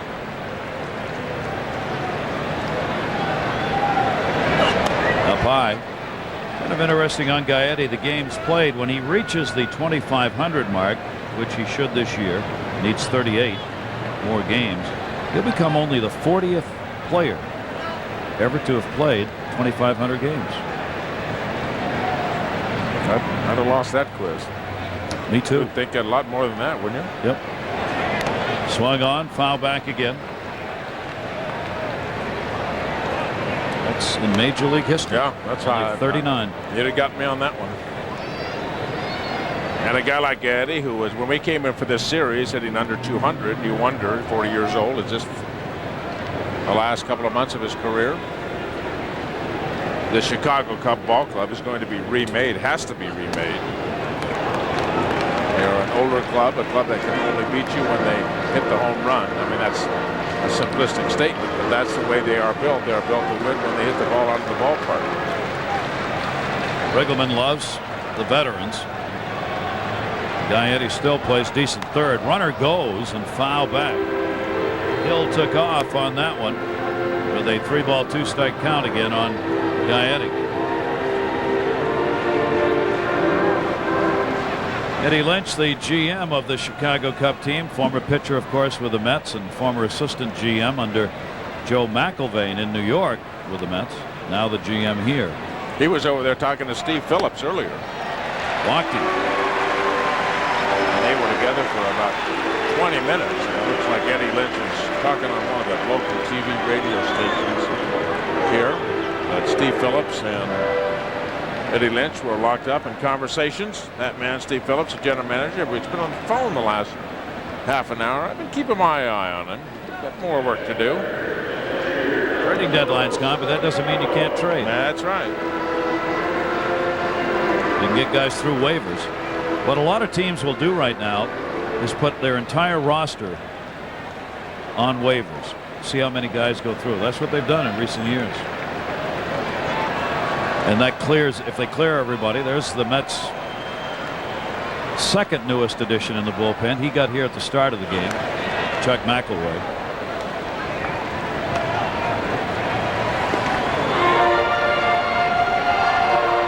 He can throw a lot of innings. Left-hander. He was here for the start of the game. He will give some relief to those guys in the bullpen. And Turk Wendell, Dennis Cook, especially those two guys, need some relief. They need somebody else to eat up some innings for them. Benito Santiago, Mets leading by 1 down here. The Cubs have 2 on. Leiter. Santiago, 1 hopper. Ray Ordonez, and they'll turn 2. Taylor made on that one. No runs, a base hit. And the Cubs unable to get 1 home as Al Leiter continues to get it. And the Mets leading it by a score of 3-2 as they have come back again from the 2-0 deficit in this game to go on top. Met fans, don't forget, Todd Hundley returning to Shea Stadium with the Dodgers. Davey Johnson, it'll be a 4-game set starting on Friday. On Saturday, adults will get a green Mets cap celebrating Irish Night. Hope you'll join in. 718-507-TIXX, Irish Night at Shea, Saturday night. Lots of great Irish music. Green caps for the adults. Ray Ordonez up. Felix Heredia On for the Cubs. Stays on. Missed outside with that for ball. Beck charged with the 3 runs on a hit and 2 walks in the 3rd of an inning. Urrudia's given up a couple of hits. The 2 RBI double to Olerud and a single and an RBI for Hamilton, but the runs all went against Beck. Ordonez started that inning off in the 6th with a single and scored. 3 for 10 in this series. And Urrutia misses with it. 2-1. Mets on to Milwaukee for the 3 games there tomorrow night. Rick Reed and Hideo Nomo. Reached and fouled it back. 2 balls, 2 strikes. Boy, what a glorious day here in Chicago. Unbelievable that from Friday to this Sunday the weather would have changed this dramatically. From 117 degrees on the field Friday night to probably 83, 84 today. 2-2. Ordonez again outside part of the plate.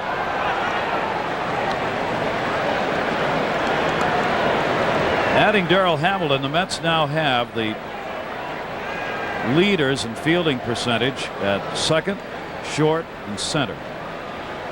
Not bad up the middle. Speaking of up the middle, Sammy Sosa.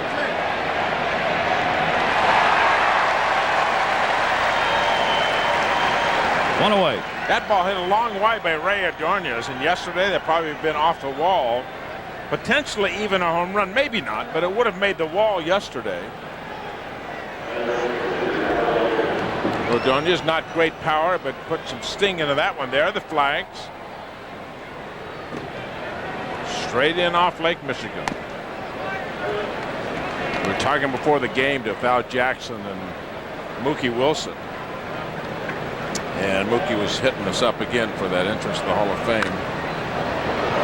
He's not going to let up. Oh, no. No.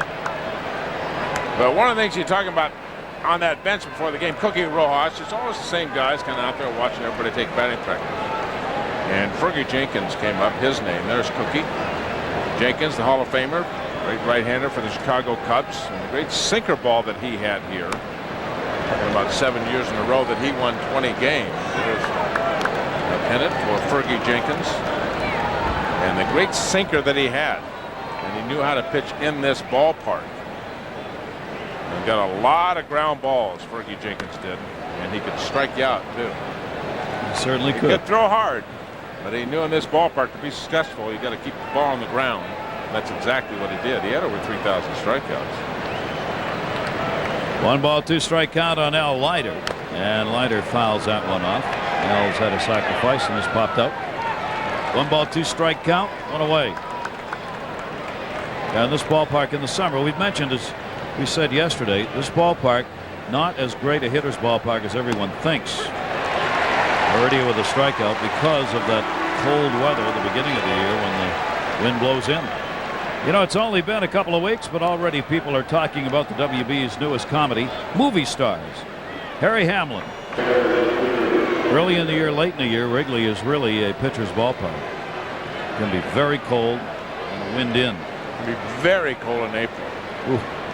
Real cold, because that wind, you're always going to get wind in Chicago.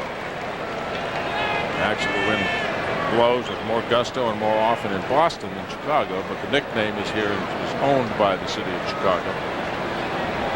But you get a lot of blustery days here, and especially early in April, late in April. And one of the cold, it can be the hottest ballpark you play in. It can be the coldest ballpark that you play in as a player. Anderson to second. Morandini, nice backhand stop. That was tagged. Bottom of the 7th inning in the number 9 spot. Goodwin hitting at .239. He's really had a struggle at the plate over the last 3 weeks. 0 for 4 in yesterday's game. 2 hits in his last 34 at-bats. And Leiter's inside to him, 2-0. Morandini and Alexander due up for the Cubs with the Mets on top 3-2 as the fans settle back after the 7th inning stretch. First 3-0 count, I think Leiter's had today. And would you believe it, Dennis Cook throwing in the bullpen. Yes. Yeah, I would believe it. Pitched in the game yesterday. Sammy Sosa took him deep, and he's out there again throwing today. Leiter a career high 13 strikeouts, 2 walks in the game. Cubs have picked up 7 hits off him. And he comes back from 3-0 to 3-2. One of the things you were talking about earlier, Gary, in the game is the number of deep counts that Al Leiter goes to. He'll go to 3-2, 3-1, 3-2 a lot. Whoa! Goodwin leaned away, and it was a strike. That was a beautiful pitch by Leiter. The one thing that Al does, he gets himself a lot of 3-2 counts. And when you do that, all of a sudden you get to the 7th inning and you're over 100 pitches for the ball game. That's a fastball inside part of the plate, no doubter. That's a good pitch. Not only was it too close to take, strike on the inside part of the plate. 14 Ks and Mickey Morandini up. One of the things that I think Al Leiter has to work on is to get his pitch count down so he can get himself and the bullpen and the ball club into the 8th inning. He's over 130 pitches already, and we are in the 7th inning. Yeah, he's got a lot of strikeouts. But you can get strikeouts and keep your pitch count down. And I think one of the things that Al has to work on, being the ace of a staff, to get himself through the 7th inning and still be at that 85 and 90 pitch mark so he can take the club potentially to the 8th, not only the 8th, but the 9th inning as well. I think that's extremely important for a guy who's your #1 starter. 1 ball, 2 strike count on Morandini, and he's gone. 15 strikeouts. 4 more than his previous career high for Leiter. And you've got potential for major league record here. Add him up. 3rd strikeout for Morandini on the day. He had the triple, remember, back in the 5th inning. Other than that, he struck out 3 times. The only starter not to have been struck out today is Mark Grace.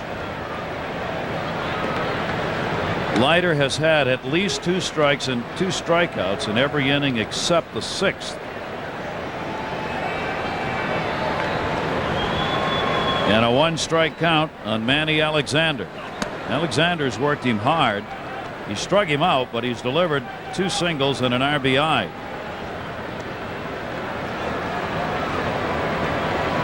Five for 13 lifetime off Leiter.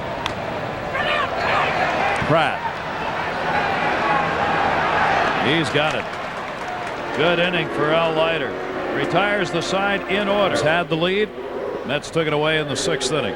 Leiter has gone the distance for New York with 15 strikeouts, 2 walks.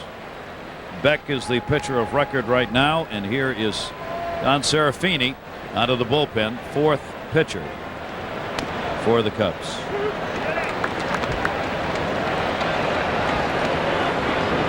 Edgardo Alfonzo leading it off for the Mets. Tander Serafini gets the foul ball and a 2-strike count.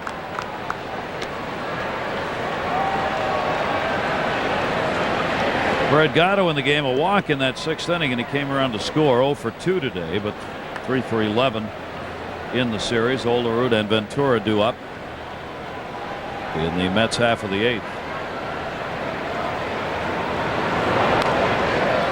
Off the fist, stays at 2 strikes.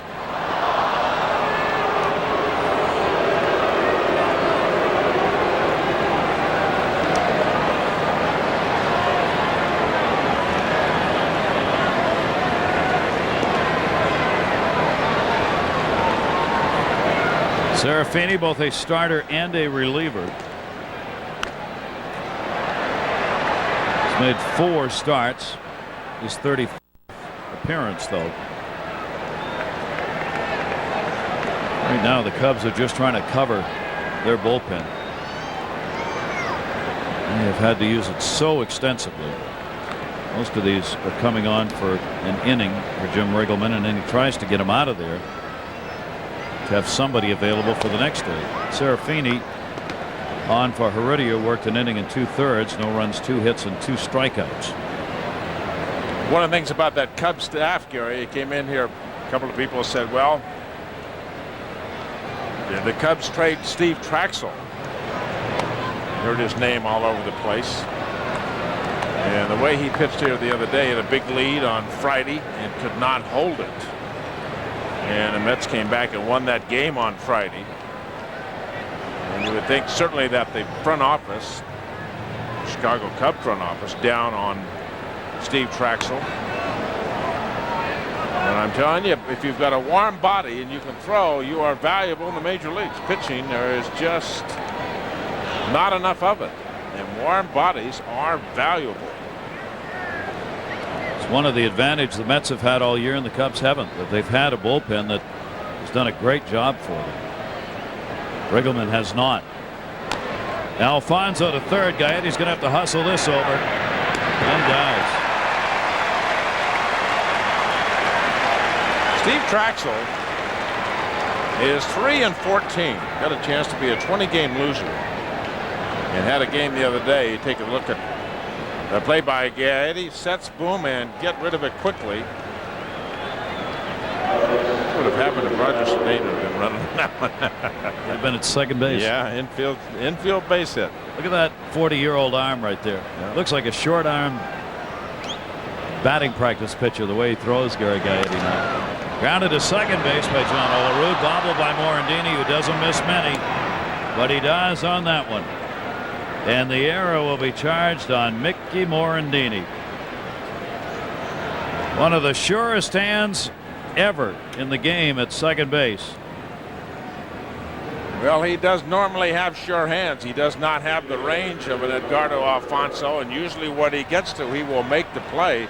That ball hit very sharply by John Olerud.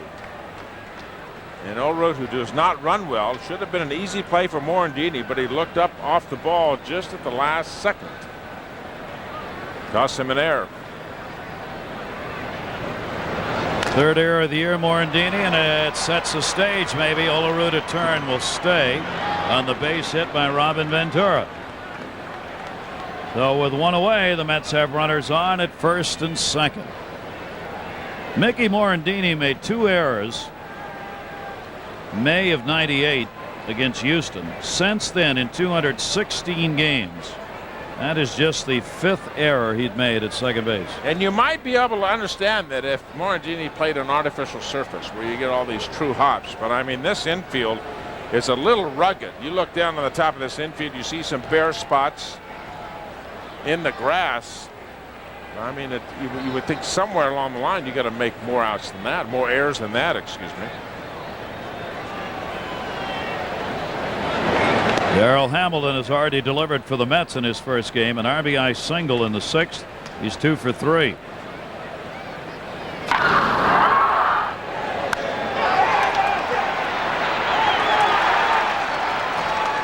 Dropped that one in. Alfonso scored. So Hamilton in what is now the go-ahead RBI in this game, in his first game as a Met.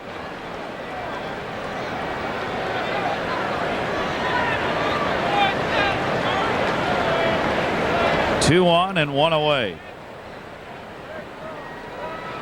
Serafini's delivery is fouled off the other way by Hamilton. 2-ball, 1-strike count on Darrell. So the Mets have 3 of their 4 acquisitions on hand. Billy Taylor's here in the bullpen. Chuck McElroy is in the bullpen. In fact, got up and through earlier. Darrell Hamilton starting the game in center field. And Sean Dunston is expected to join the team tomorrow in Milwaukee. 2-1 delivery. Check swing.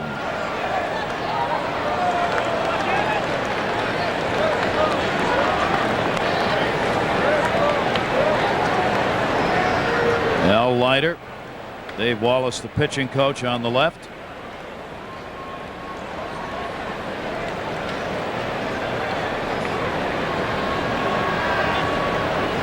Leiter loves to talk the game, seriously talk it, always, even when he's pitching.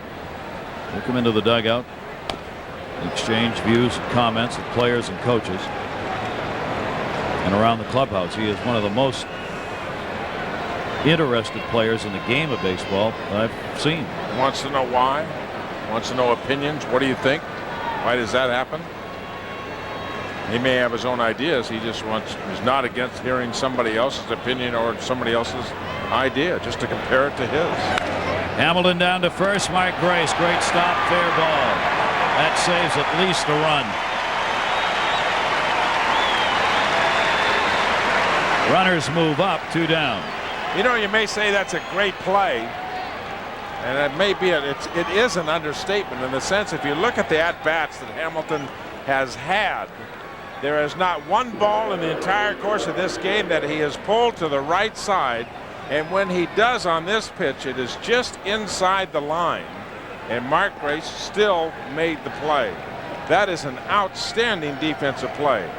Everything that Darrell Hamilton has tried to put in play, he's tried to hit to the left side, and that one just inside the line. What a play by Grace at first. Bear that in mind as this game goes along, depending on what Cedeno does here. But Serafini, if he can get out of this inning, it will be at the hands of Grace. I knew that was coming. I know, I was waiting for you. I'll give you an error on that one. 2 down. And a 1-ball, 1-strike count on Cedeno. Is 0 for 2 and a walk today. 2 in scoring position. We mentioned before Cedeno has been outstanding. In fact, among the regulars, the best in average with runners in scoring position coming into today's game. Then he goes to second on this one. Morandini. So we will keep an eye on that play made by Mark Grace on Hamilton's ground ball. See whether or not it becomes a deciding factor in this game. He's gone 2 for 4 in his first game as a Met. Our Jeep game summary. Rod Beck, 3rd of an inning, 3 runs on 1 hit is the pitcher of record right now. And for the Mets, the starter's out of there. The Mets go to the bullpen. Turk Wendell. Al Leiter gone for the day, and potentially we will not see a new strikeout record set here today. A potential 21. And the guy that set it was with the Chicago Cubs. Shares it with a couple other pitchers in the big leagues. And Turk Wendell will take over for Al Leiter. Leiter with 138 pitches. That's why he is not back out here to pitch the 8th inning. So you will see Turk Wendell pitch the 8th, and if things go correctly, then you will probably see Armando Benitez pitch the 9th. That's the plan. Mark Grace leads it off. Grace 3 for 3, double, 2 singles, RBI, Sosa and Hill to follow. So for Turk Wendell, obviously, big inning. Short. This is a huge out. Mark Grace is retired. How big is it? Just about as big as the biceps of the one man walking up to home plate right now. Huge out. With Sosa coming, you don't want anybody on.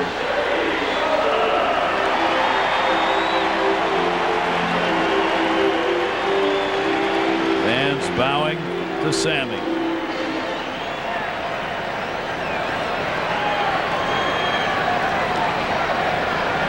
Sosa's been held off the board today, 0 for 3, and Wendell gets a slider in the inside corner.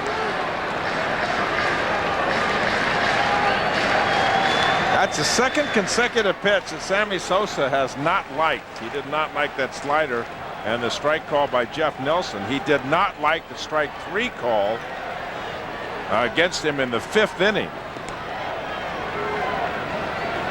2 for 3 lifetime off Wendell without a home run. By the way, the strikeouts by Leiter 15. That's the most in a game since David Cone in '91 had 19 for the Mets. Al will watch the rest of this game, hoping for his 10th win. Sosa, wow, did that catch Todd Pratt? Down he went, up he got. That was a pretty good fastball, pretty good swing. And Todd Pratt is no small man to knock him off his feet. You got to hit him pretty good. He's a tough cookie.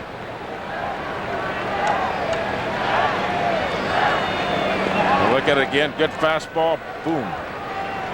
Right hand to the jaw and almost knocked him right on his back. 2-strike count on Sosa. Wendell ahead here. Got him to chase one away.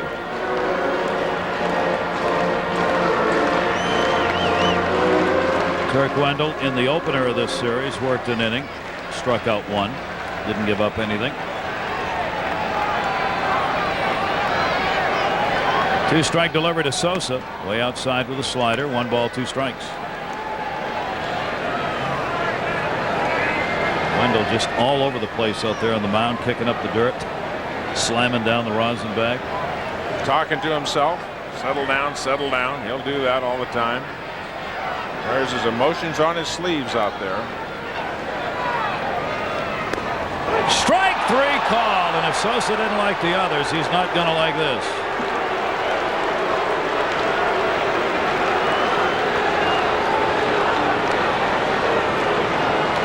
He may not like it, but it was a strike, and I think he knew it. Last time was questionable. This time, because Wendell, the slider pitcher, he might be looking away and got fooled by the inside pitch. Yeah, he had to be looking away to jump away from that pitch. So an 0 for 4 game for Sosa. Now Glenn Allen Hill, 1 down, or 2 down rather.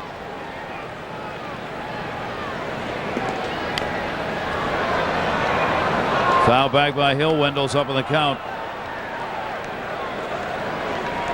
Kirk Wendell, of course, pitched here in Chicago 93 through 97 before he was acquired by the Mets during the 97 season.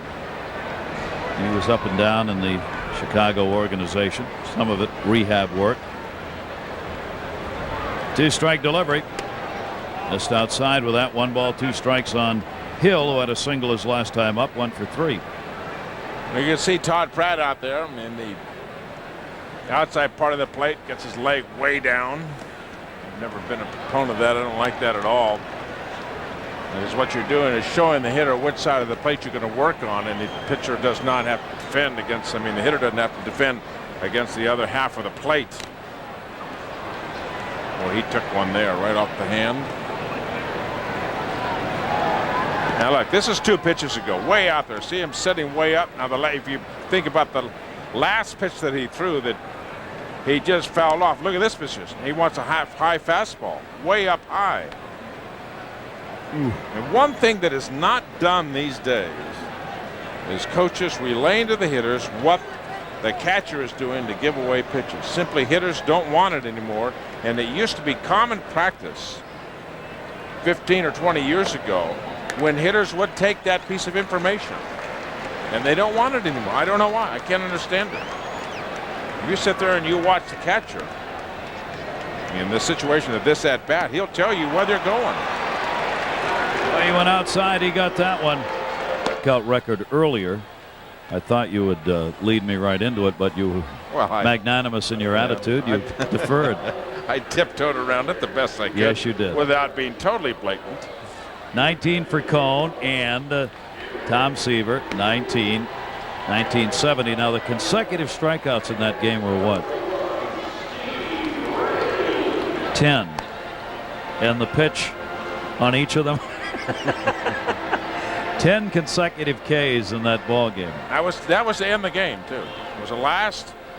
That was last in this. The last out in the 6th inning, and then 7, 8, 9. But somebody mentioned that the other day, and I said it was a 2-1 ball game. You know, and it was a game that I knew I had strikeout potential, and I'd given up a home run in that game. I was trying to close it and trying to win. You gave up a home run?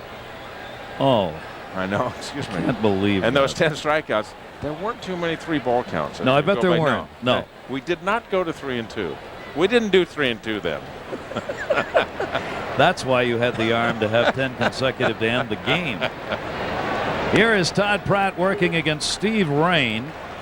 Rain was called up today. He is 24 years old, out of Los Angeles, working in the minor leagues this year. He just threw his first major league pitch. He's been in the minors 7 years. Todd Pratt, first batter he's going to face at the major league level. So Steve Rain on the mound. With the trades that were made yesterday, they had to fill a spot on the roster. Sosa. Pratt is retired, one away in the 9th inning. Rain was 3-1, 40 relief appearances at Double-A Tennessee. Ironically, in 98 rather, he played Triple-A. This year he was playing Double-A. And a relief pitcher virtually all of his professional career. Ray Ordonez. 1 for 3 with a single and a run scored. Mets have a 3-2 lead. You're looking ahead. Armando Benitez is warming up to come on for a save. Rodriguez, Gaetti, and Santiago will be due up for Chicago. Sammy Sosa the other way. Snow coned it.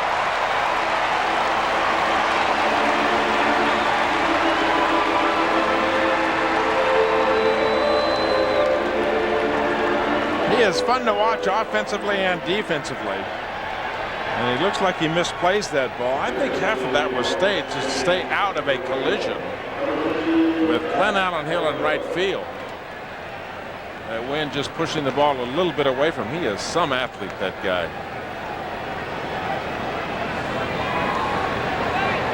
Terry Quendo will come out of the game for a pinch hitter, Matt Franco. With 2 down and nobody on in the top of the 9th inning. The Mets' 1 inning was the 6th off Rod Beck, as they got 3 runs on 3 hits and left the bases loaded that inning. Mets have stranded only 5 in the game, 4 in scoring.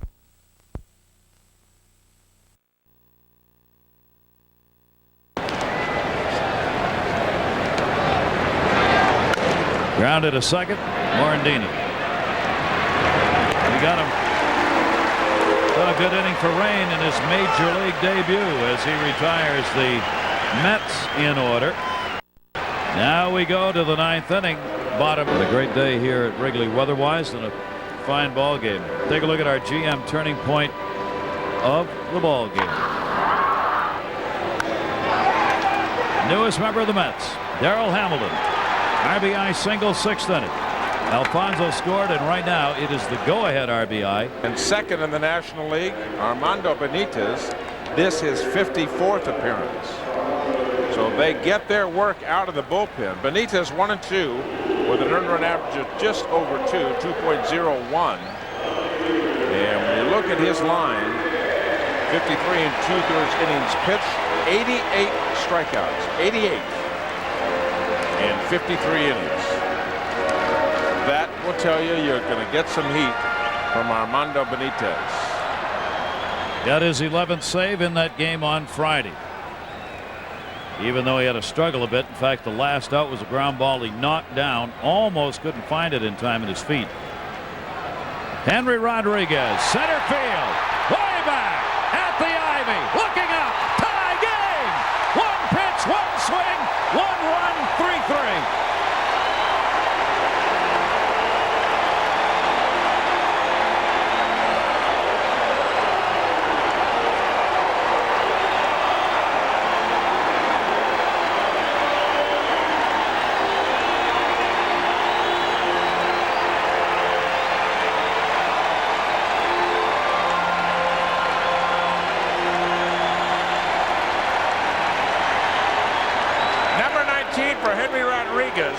Left center and a no-doubter. He had walked and struck out twice. That one hit in the air by Gary Gaetti is in the yard. He just missed. Hamilton hauls it in. 2 pitches, 2 fly balls, 1 out, 1 in. You wonder on the balls hit to the outfield, is it a line drive or a fly ball? And that was kind of an in-between. You didn't know if the wind would keep it in the ballpark. More of a line drive than a fly ball, and home run number 19. The thing about that, Gary, is that a first pitch home run, and Gary Gaetti first pitch with a pretty good swing and just popped it up. So Armando Benitez will have his 5th blown save of the year. Has it. Now Jeff Reed pinch hitting for Santiago. And this is one thing that the New York Mets were concerned about. John Franco, of course, on the disabled list. And how many times can you go to the bullpen and have your closer, who is Armando Benitez, is that now, have him have his best stuff when he gets to the mound? How much work does he have to do? And that is an issue. And that's the thing that Steve Phillips has tried to address by going out and getting some help for that bullpen. 4 home runs off Armando Benitez on the year in 54 innings worked. There's the man who's tied the game up, Henry Rodriguez. 2 hits in this series. They both have been home runs. 19 on the year. Reed with a 2-1 count. 2-2. Bottom of the 9th, the Cubs have come back to tie it. So the great performance by Al Leiter, 2 runs, 7 hits over 7, is a no decision appearance. That takes Beck off the hook. Now Benitez and Rain are the pitchers of record. Fastball missed inside, 3-2.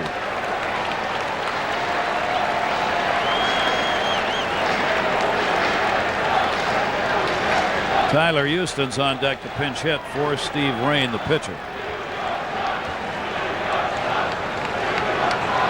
Benitez out of the stretch with a 3-2 delivery. That's going to be a base hit by Reed. Well, with 1 out, Jeff Reed gets a pinch hit single.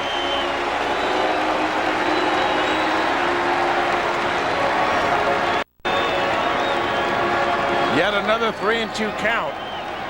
And we've said it so many times in this series, the advantage goes to the hitter. Armando Benitez with terrific stuff when he is on.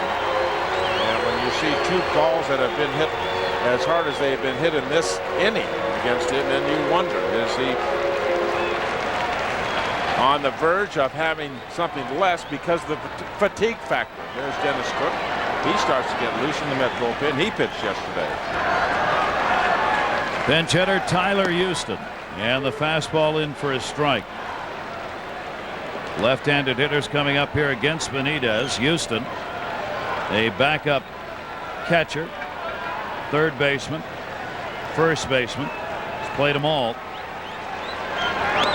Outside by Benitez. Houston 1 for 2 on the occasions he's faced Benitez before. Tyler Houston. Cubs have tied it up. Potential winning run at first base with 1 down.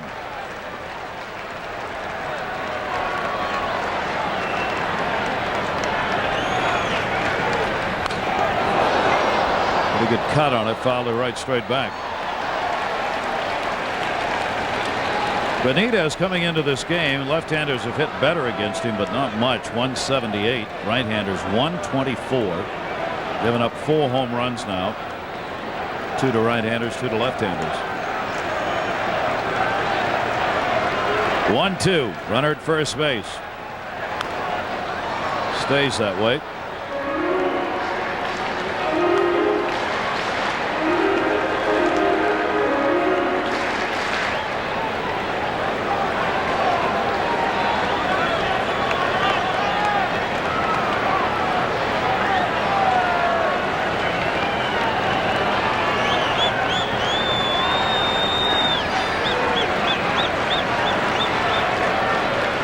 One-two delivery.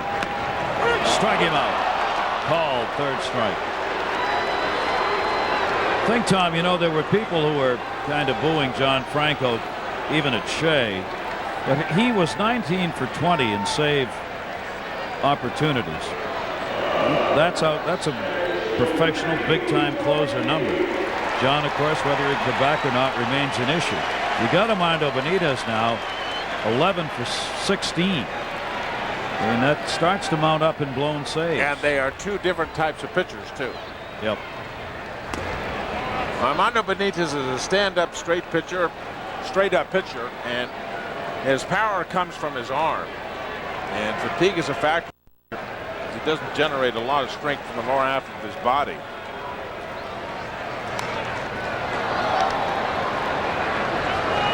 Mickey Morandini, 1-1. It's the other part of it. If he's your closer and you're just learning how much rest he does need. First year with your ball club. So how much rest do we have to give this guy in between innings? Is it innings or is it pitching? Morandini to center field. Darrell Hamilton, he's got it. We're going extra. So the home run by Henry Rodriguez leading off the inning has tied this ball game up to the 10th inning, 3-3. Well, the fans of Wrigley getting a treat here as Cub fans as they come back to tie the ball game up. They've blown a 2-0 lead. Now 3-3. Tyler Houston's going to stay in the ball game. He'll play at third base with Gaetti out of there. Jeff Reed, who pinch hit for Santiago, stays in that position as the catcher, checking the sun there. And Terry Adams, their closer, is out of the bullpen.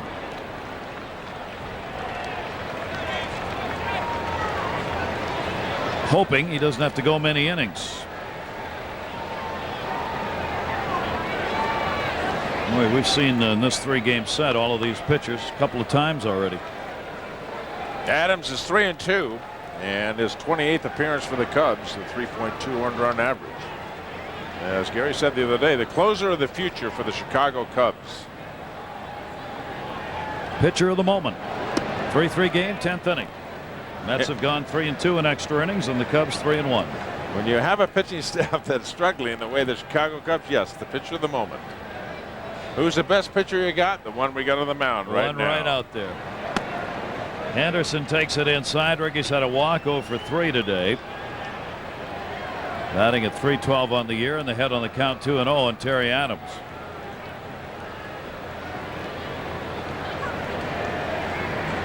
You'd love a leadoff walk here, and you may get it. Reed getting up to say, come on, baby, get it in here. 3-0.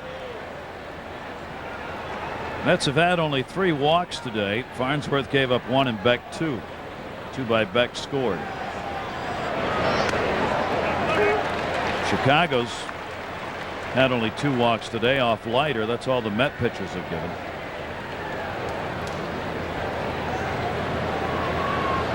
And on this wind blowing in day, we've had just the 1 home run by Rodriguez, and there's the walk. A leadoff walk by Terry Adams, and Ricky Henderson is on. Oh my, says Jim Riggleman. And Benito Santiago is not the catcher of record. Jeff Reed will get the signs from Riggleman on what they want the pitcher to do here with Henderson on first base.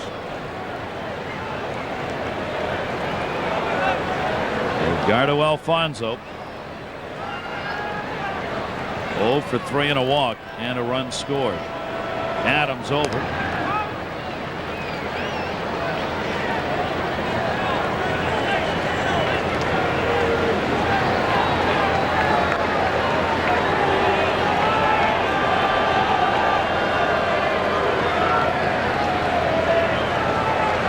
Anderson stepping off the lead. There now with Grace holding the bag.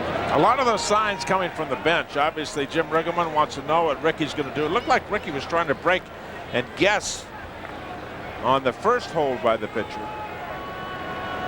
Those signs will come to the catcher. The catcher relaying to the pitcher about hold, throw over there, throw over there. You got to look for Ricky to run somewhere.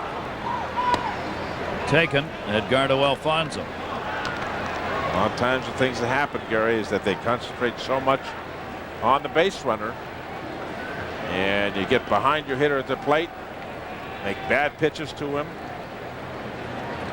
That's all the little things that a guy like a Ricky Henderson or a Roger Cedeno, how they affect the game even though they're not at the plate. Reed has only thrown out 22% of base stealers against him. That's well below the major league average. Terry Adams, strike on the inside corner. Base stealers are 2 for 2 off Adams. Well, the 2 managers extra inning games here, making decisions on what to do offensively. Valentine, defensively Riggleman. 1 ball, 1 strike. Edgardo Alfonso, who was an outstanding hit and run man because he's such a good contact hitter. 10th inning, game tied. Adams appeared in the Ball game yesterday, worked an inning and a third, striking out 2 and didn't give up a hit. One of the great parts of the game, because you know something is going to happen here. It's going to be hit and run, going to be steal. Garda's going to try to put the ball in the play on the right side, hit the ball in the hole over there. The magic thing, when's it going to happen? Nasty looking pitch, 1-2.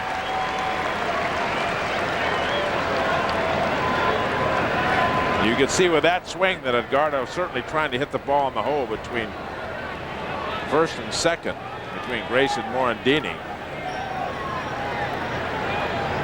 Question, will Valentine run Henderson? Is he on his own? And if he runs him, will he wait till there's 1 out potentially to run him? He wants to get him obviously to scoring position. 5 throws over to first base. Terry Adams, 26 years old. This is one aspect of the game he really had to work on in the offseason. Base stealers ran against him last year at will. He's trying to improve with that kind of a move by varying his deliveries to first base.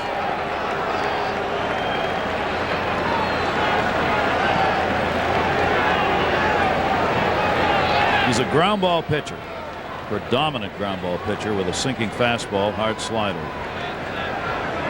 Pretty good fastball in the 90s, and that goes down. There goes Henderson, big jump, throw down. That goes into center field. Henderson gets up and will go to third base.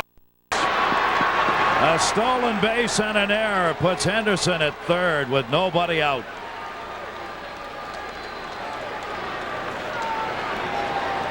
Well, Ricky, the entire time at first base looked like he was trying to time the pitcher. He does not have the blazing speed that he had when he was younger. But to accumulate those stolen bases, you have to be able to read the pitcher.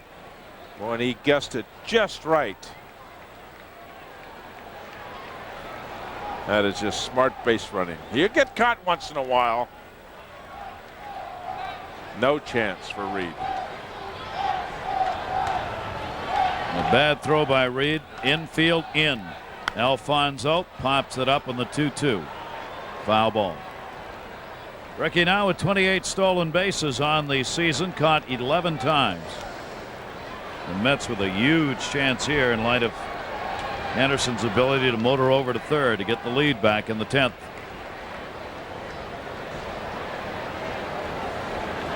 Infield will try and make a play on a ground ball. Alfonso goes 3-2.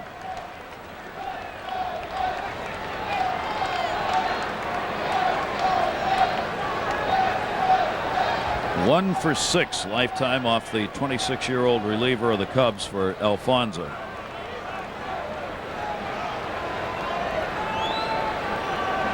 Three-two delivery. That'll get it in. Rodriguez the catch. Anderson the tag. Throw will come, and a good one, but not in time. Ricky did not slide. That ended up being pretty darn close, and the Mets have the lead 4-3. Sac fly, Alfonso. No way that play is that close. I could not believe it. Yes, Ricky did not slide. Back to the bag, and a catch, and he takes off. Good jump from third. Just an excellent throw from left field from Rodriguez. Looks like Ricky may have let up the last two. Maybe he was decoyed by the catcher, huh? I was looking at John Olerud to see whether or not Olerud was telling him to slide in the on-deck position. Didn't look like John was telling him to slide. Anderson scores, and the Mets have the lead 4-3. RBI to Alfonso. He is getting a bunch of static right now from Mike Piazza. That may have been just a decoy job by the catcher, Reed. Look at it. Here's the catch and the throw by the left fielder. Watch the catcher. See if the catcher is playing cat and mouse out there. No, he was ready to receive the ball. Shortstop. Olerud's ground ball will be played. Manny Alexander, 2 down. That's Olerud's job, of course, as the on-deck batter, to let Ricky know as he comes in whether or not he needs to slide or can stand up. And it didn't look like, I think John may have got caught off on that one, believing it'd be an easy score. Looked like Olerud was not up near the plate giving any kind of signal. I thought it was a no-brainer. Yeah. Ricky running, no chance. You'd have no chance. They missed him by just half a step. So a run in here in the 10th inning, 2 down, nobody on. Robin Ventura with a base hit his last time up, 1 for 3 today, 6 for 13 in this series against Chicago. Now hitting at 296. 1-0 delivery with 2 down is there, 1-1. Mondo Benitez will be coming back out for the Mets to try for the win in the bottom of the 10th. Alexander, Grace, and Sosa due up. Something off that pitch, foul tipped into the Met, 1-2.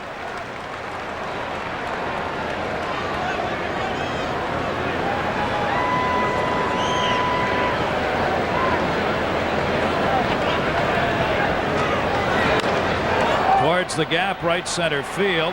Hill will not have a play on it. Falls in for the base hit. Boy, did that get held up by the wind. Robin Ventura on with a single. I think some of the outfielders are playing today like they were playing the first 2 days when the wind was blowing out. You got to change your defensive position. Granted, Robin Ventura, a big swing, did not hit that ball well. But the outfield still playing pretty deep. That's why the Mets got that run earlier in the game when Hamilton hit that ball to left field. Rodriguez is playing way too deep. Hamilton back up again with 2 down. Mets now with 7 hits in the game. Cubs have 9. Mets have the lead, 10th inning. Terry Adams, 1-0 delivery. Hamilton fouls it off. He joined us late in the game, of course. Hamilton joining the team today in the trade with Colorado. Billy Taylor here from Oakland in the bullpen. McElroy in the Colorado deal in the bullpen as well for the Mets, and Dunston will join the team tomorrow in Milwaukee. Sean Dunston and Greg Paquette from the Mets going the other way with the deal with the Cardinals. Lots of folks out there in the bullpen right now with 2 new arms. Taken inside. Close, but not quite. 2 balls, 2 strikes. He's got a chance to be a pretty good hitter too, Gary. He's on the bat pretty good. Yeah, he got a chance to be a hitter. And you give a good hitter up, you get a good veteran player like Dunston. You get something, you got to give something up. 2-2 to Hamilton and another 3-2 count.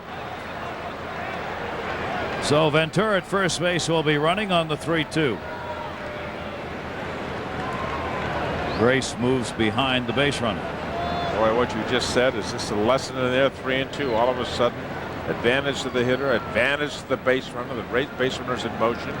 Conceivably could score on a single. And he walked it. Unbelievable. And you'll see it once in a while. I'm not saying that. It happens, obviously. But we're seeing it time and time and time again. So is he. So basic, so fundamental.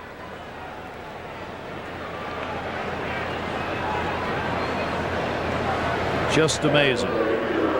2 on, 2 down. Cedeno coming up. Adams has walked 2 in the 10th inning. And of course, the leadoff walk to Ricky Henderson is the go-ahead run right now. Cedeno from his better hitting side against the right-hander Adams. He is 0 for 4 in his appearances against Adams this year, which are his career numbers.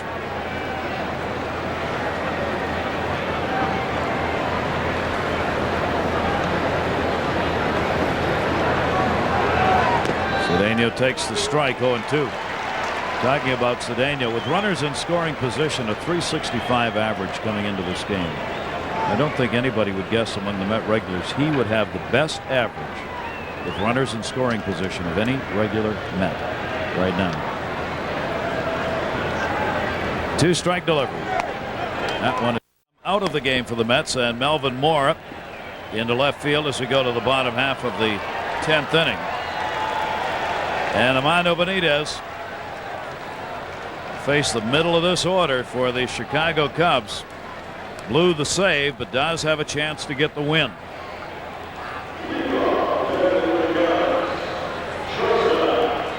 play Manny Alexander, Mark Grace, and Sammy Sosa due up.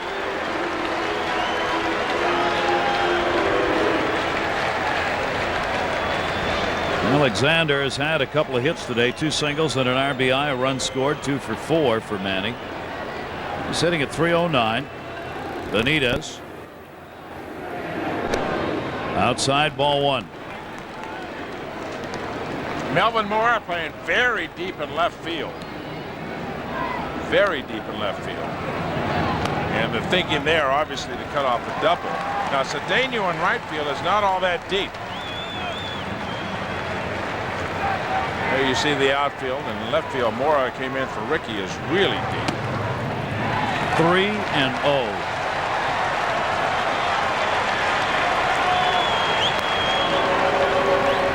And who's on deck? Big bats. And who's down in the hole? Bigger bats. Sammy. There's Grace. 3-1. Alexander just standing there looking for the walk. He wants on. There's the hole man, Sammy Sosa. Fastball right there. Credit Benitez came right at him. 3-2. He's come back from the 3-0 and trying to work a little too much for Alexander too quickly. Boy, that's a good piece of hitting right there for him to step out. Armando Benitez says, hey, I know you're trying to get a walk. He's working as quickly as he could. And Manny stepped out. That was a good move on his part. Fights it off. I mean, Benitez, the last pitch after he threw the second strike, Benitez was ready to throw that pitch as soon as he got it back from the catcher. One of the things a hitter has to do too, periodically step out, break up the pitcher's timing if you can. Alexander with a 3-2 again, and he walked it. Manny Alexander is one of the smartest players in the game. He's a bench player, but when he was with the Mets, all of his teammates would always said, this guy knows the game. He knows situations, understand what he needs to do, and generally gets it done, and he's done it here. Lead off, walk.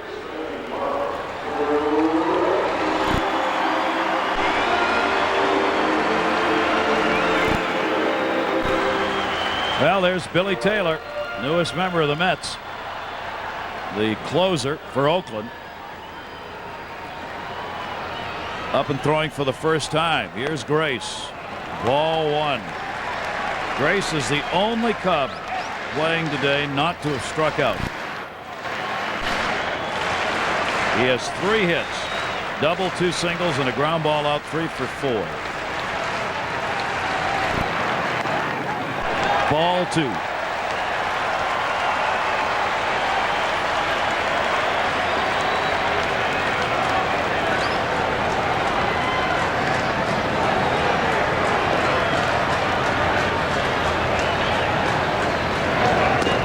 It's the fastball in for the strike. What do you think Jim Riggleman's stomach and Bobby Valentine's stomach? What do you think the pH is in their stomachs today?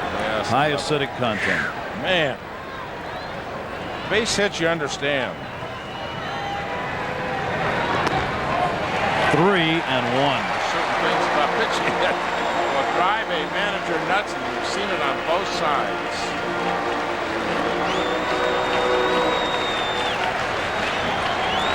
Look at Bobby Valentine just kind of looking away and down while Riggleman paces. There goes Alexander. What is this? He got him. There's a walk. Oh my God. Pratt didn't see the call. I didn't either. I could not believe that. What is Alexander running for? Well, he got it, but there was a walk, so it didn't matter. That is a real discipline. You've got to know when to put on that steal. If, in fact, it came from the bench, and it can't be a surprise to a guy like Mark Grace. It cannot be a surprise to the hitter. He has to know that potentially the 3-1, the runner may go, and it's up to you, the option. You do not have to swing if you think it's ball 4. You can do that. When you've got a guy that has the back control of Mark Grace, you can see him. He's already off heading to second base with the first base, with the ball thrown to second. How about this? Taylor is going to come into the game. Armando Benitez not happy about it, but he's walked the first 2 hitters in the 10th inning. And Billy Taylor, acquired in the deal after the game yesterday, will make his first Met appearance against Sammy Sosa, 10th inning, 2-on. League leader in home runs, 40 of them. 2 of them came yesterday.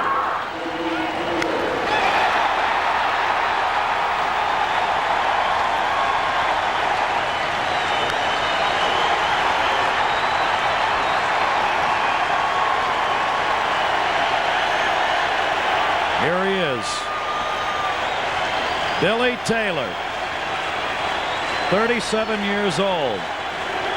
Arrived here after the game had started. Sosa and he have never faced each other in a regular season game. And you can see Sosa taking the first pitch, wants to see the release point, wants to see some velocity. What's he got to look at here? And he'll give you 1 strike. He had 26 saves, 4th in the American League. Off speed, and that's what he throws. He is not a power pitcher. He is a finesse pitcher. A lot of off-speed pitches. Opposition was hitting .287 against him with Oakland in 43 appearances, 48 hits in 43 innings. Sosa in the off-speed delivery, 1-2.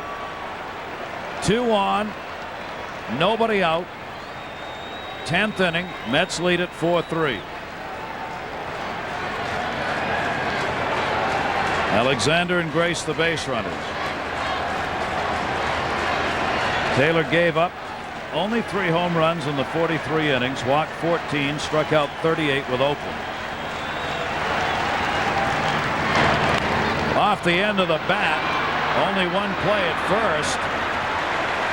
Well, that's not what the fans really wanted, or the Cubs, but it moves 2 runners up with 1 down. Perfectly done. Exactly what you would want if you can't get a base hit or a home run from your number 4 cleanup hitter.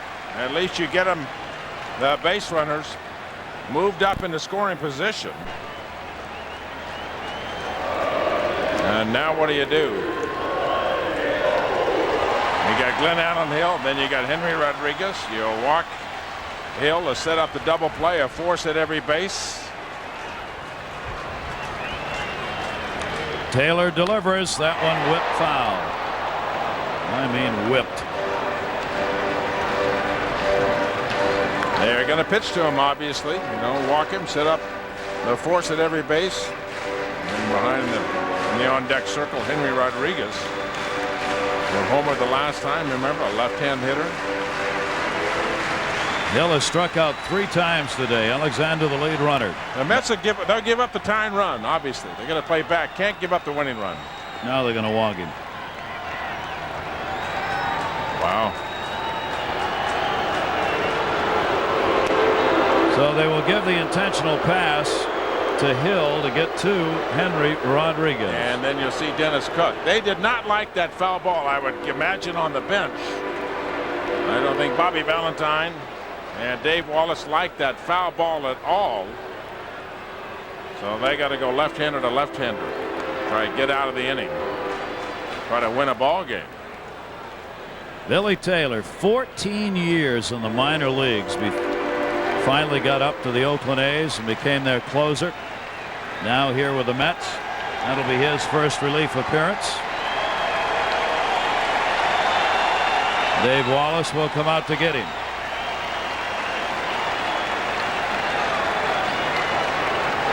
Dennis Cook on his way in.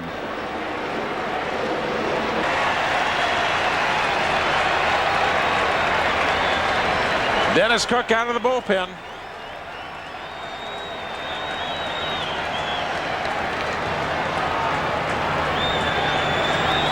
Henry Rodriguez at the plate.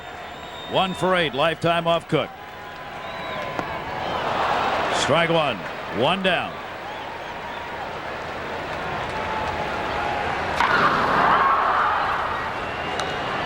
Henry Rodriguez off Benitez, 9th inning. Tied this ball game up. Now he's got a chance to win it. Bases loaded.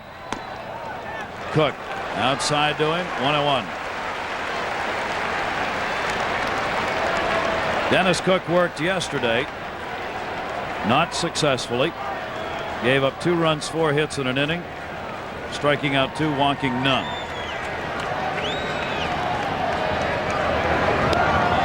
And that one's taken down low. 2 balls, 1 strike.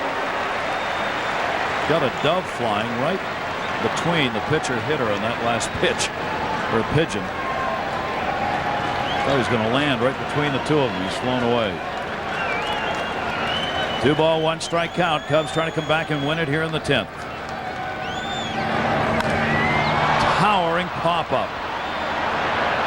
Olerud, wind blowing. The friendly confines saves an at-bat for Rodriguez. Yesterday, you know where that ball is? In his glove. That ball is in his glove, probably back by the coach's box. But again, the wind, a huge element here at Wrigley Field, and this one robs the Mets of a potentially very important out. The Flags have done it again.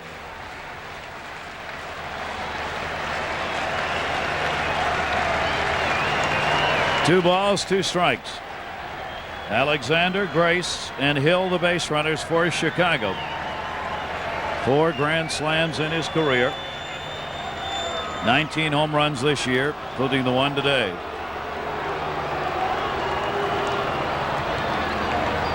Only 1 away.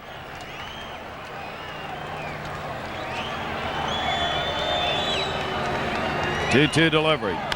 Jammed him.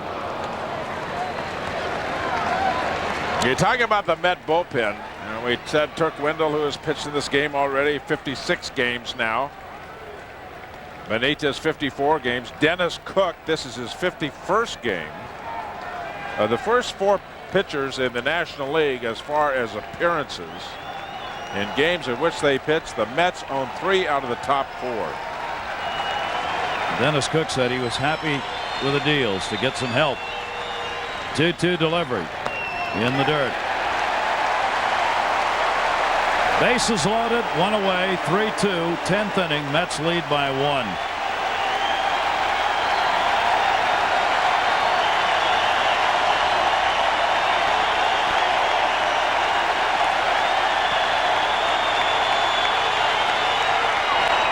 Down to first base. And dropped by Olerud. Everybody's safe. Game tied. John Olerud tried to handle the slow roller too quickly. He'll be charged with an error. The Cubs have come back and tied it again.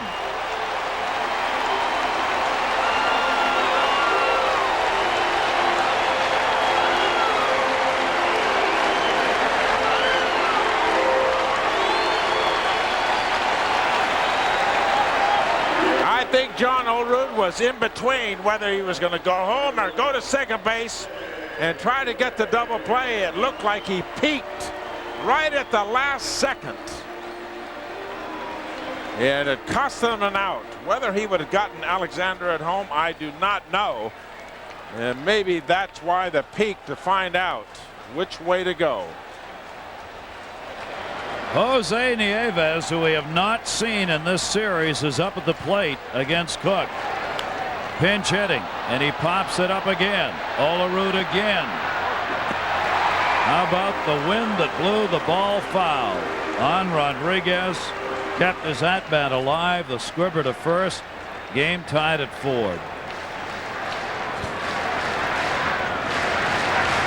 And a potential winning run is Mark Grace. Both those pop fouls hit on top of the Met dugout. Both of them would have been in play yesterday. And the Mets playing a double play depth up the middle. Run is charged to Benitez. He's also responsible for Grace.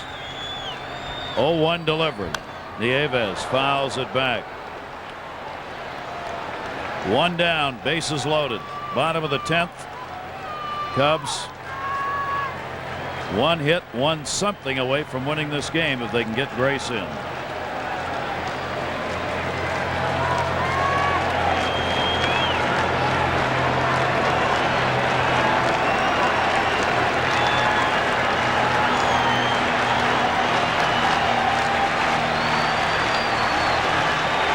Nieves waiting on a 2-strike count. Ooh, almost hit him.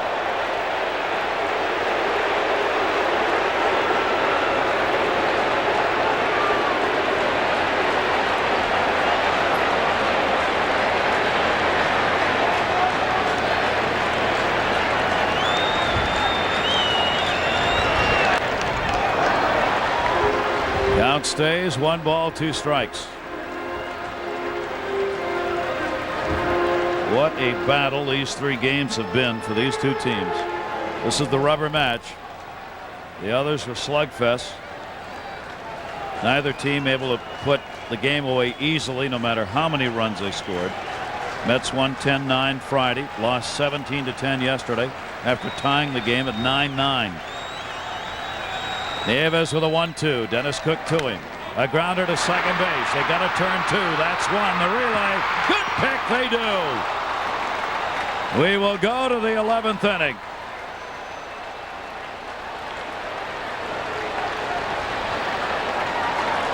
Winning run, praying that they don't turn 2. But Ordonez turned it in a hurry.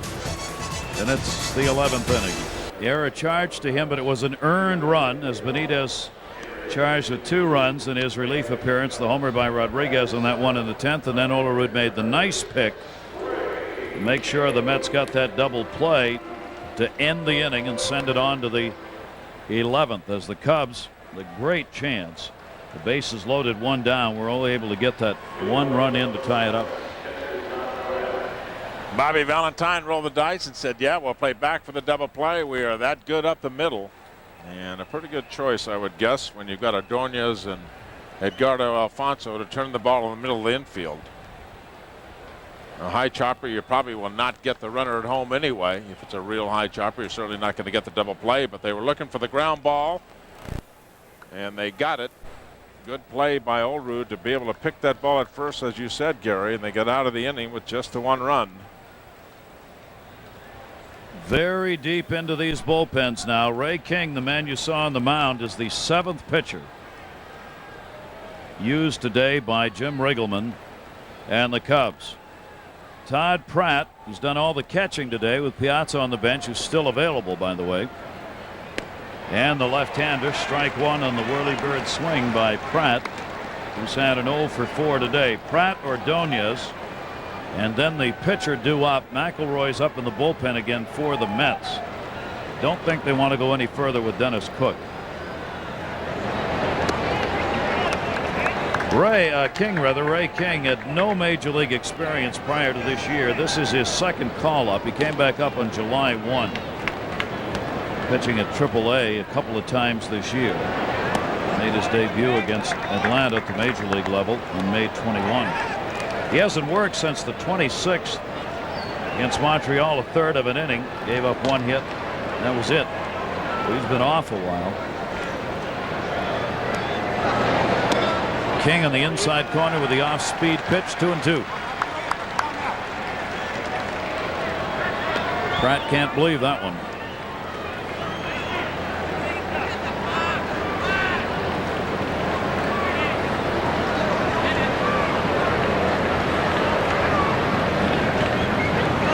Two delivery. Pratt, that should fall in right center field. Base hit. So Todd Pratt kicks off the 11th inning for the Mets with a leadoff single. 9 hits for the Cubs in the ball game. Well, the New York Mets have 8. Pratt on with his first of the day. Now Ray Ordonez, and expect the Mets to play for 1. Obviously, here in the 11th.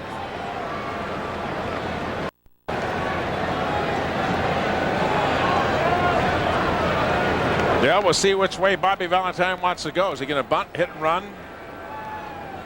Pratt does not run exceptionally well. Bunted foul. Grace was playing way back at first base. Pratt doesn't run well. He doesn't run badly either for a catcher.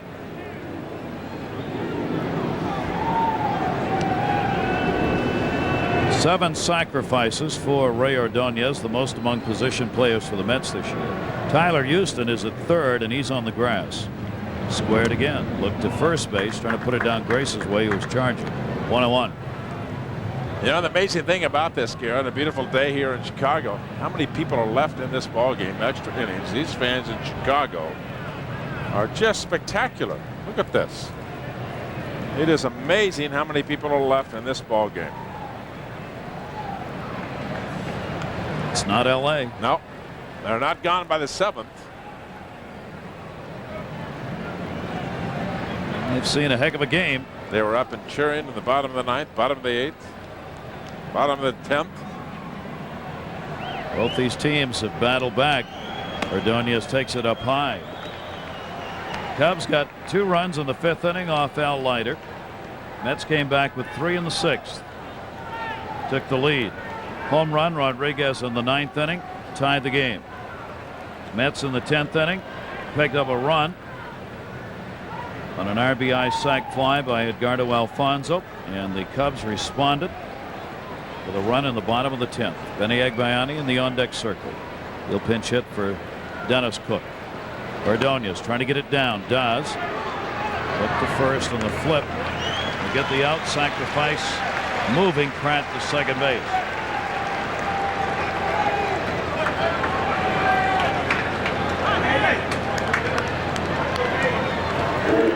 Well, there's the potential go-ahead for the Mets now at second base. Todd Pratt. Benny Agbayani is announced as the pinch hitter. No warm-up action. Cubs bullpen. There's not many left to warm up. Like Piazza's come out in the on-deck circle. Could be the leadoff spot. If he pinch hits next. Benny Agbayani with Pratt on at second base. 1 out. Foul ball, strike 1 off King. The other aspect of this, Gary, talking about the bullpens, games so far on Friday and Saturday, such high scoring games, and both ball clubs have been deeply into their bullpens already in the first 2 games, and now all of a sudden a low scoring game, but you're in extra innings.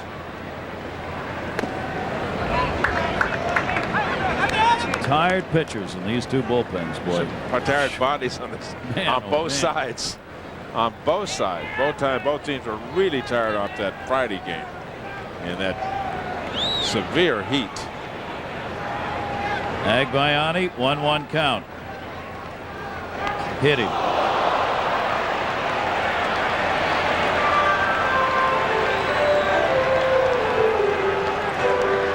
So 2 on.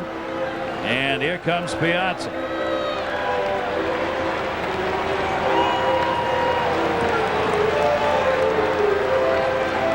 He'll be batting for Mel Mora, who is in the leadoff spot. Mora came on defensively to take Henderson's place in left field. And here's one of the rested players, having caught the first 2 games. Piazza's gone 4 for 9 in this series with a home run and 3 RBIs.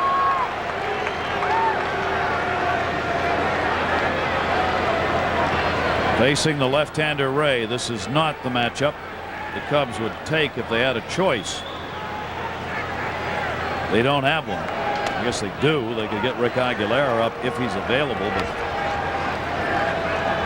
Jim Riggleman not going to warm anybody up in the bullpen. No, you get so deep, you got to save bodies. Save somebody. Yeah, you don't have the luxury of so-called matchups now. You got to have somebody who can pitch you out of an inning.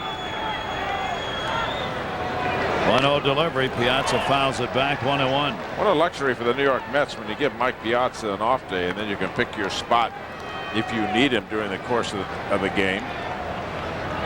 And yep, here he is. Couldn't ask for a better spot. Runner in scoring position. Left-hander on the mound.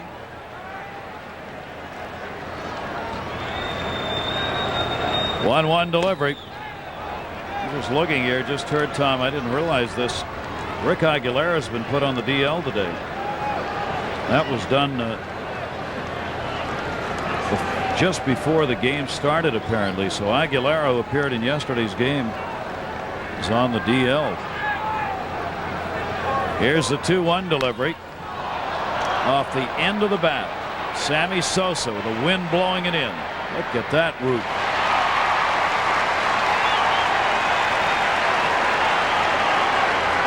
Two down. That is, put it in reverse. You see the big swing from Piazza, and that's why Sammy's first reaction was back on that ball. I remember Sammy's used to play in right field, a little bit different perspective. The big swing by Piazza, broke back, and popped the ball up. Watch the swing. Watch how big it is. Ooh, it looked like he was right on it. And just hit the bottom half of the ball by a fraction.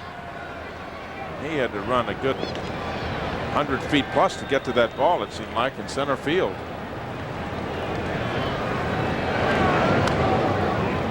And the pitch is taken outside by Edgardo Alfonzo. Jim Riggleman is now going to come out. This is all about how you're going to pitch here. There's nobody warming up.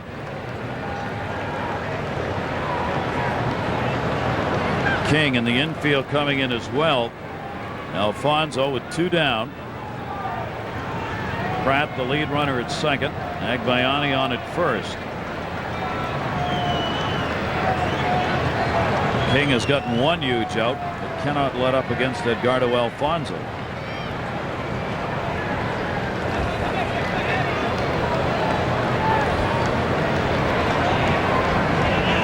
Ray King had no major league experience, as we said prior to this year. AAA part of last year. 25 years old. Came over from Atlanta in a deal in '98. Ball in the outside corner. That's as hard as he's thrown. 1 ball, 1 strike, and Edgardo Alfonzo.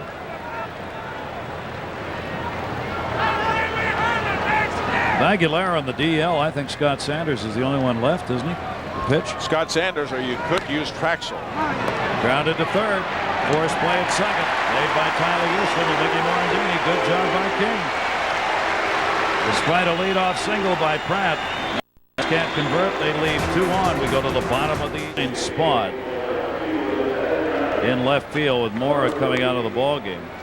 And all the new Mets are going, hey, it doesn't take long to get into these games. Here's Chuck McElroy. He came in the deal yesterday. He's 31 years old. He's a workhorse, left-hander, ground ball pitcher, sinking fastball primarily. And he'll make an appearance. He will be the 6th pitcher used by the Mets today. Chewing them up and spitting them out here today. McElroy played here in Chicago as well. He'd been with Philadelphia, Chicago, Cincinnati, California for half a season plus, and then Colorado the last 2 years. Fouled off by Jeff Reed.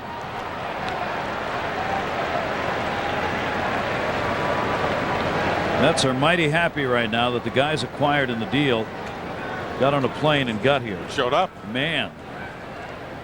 Nice going team players. Jeez. If they hadn't done it, Masato Yoshi would be down there in the bullpen. Pat Mahomes, who pitched over 4 innings the other day in that game on Friday, he pitched great for the Mets. Welcome to the New York Mets pitching staff. Bring your work shoes. This is what's going to happen.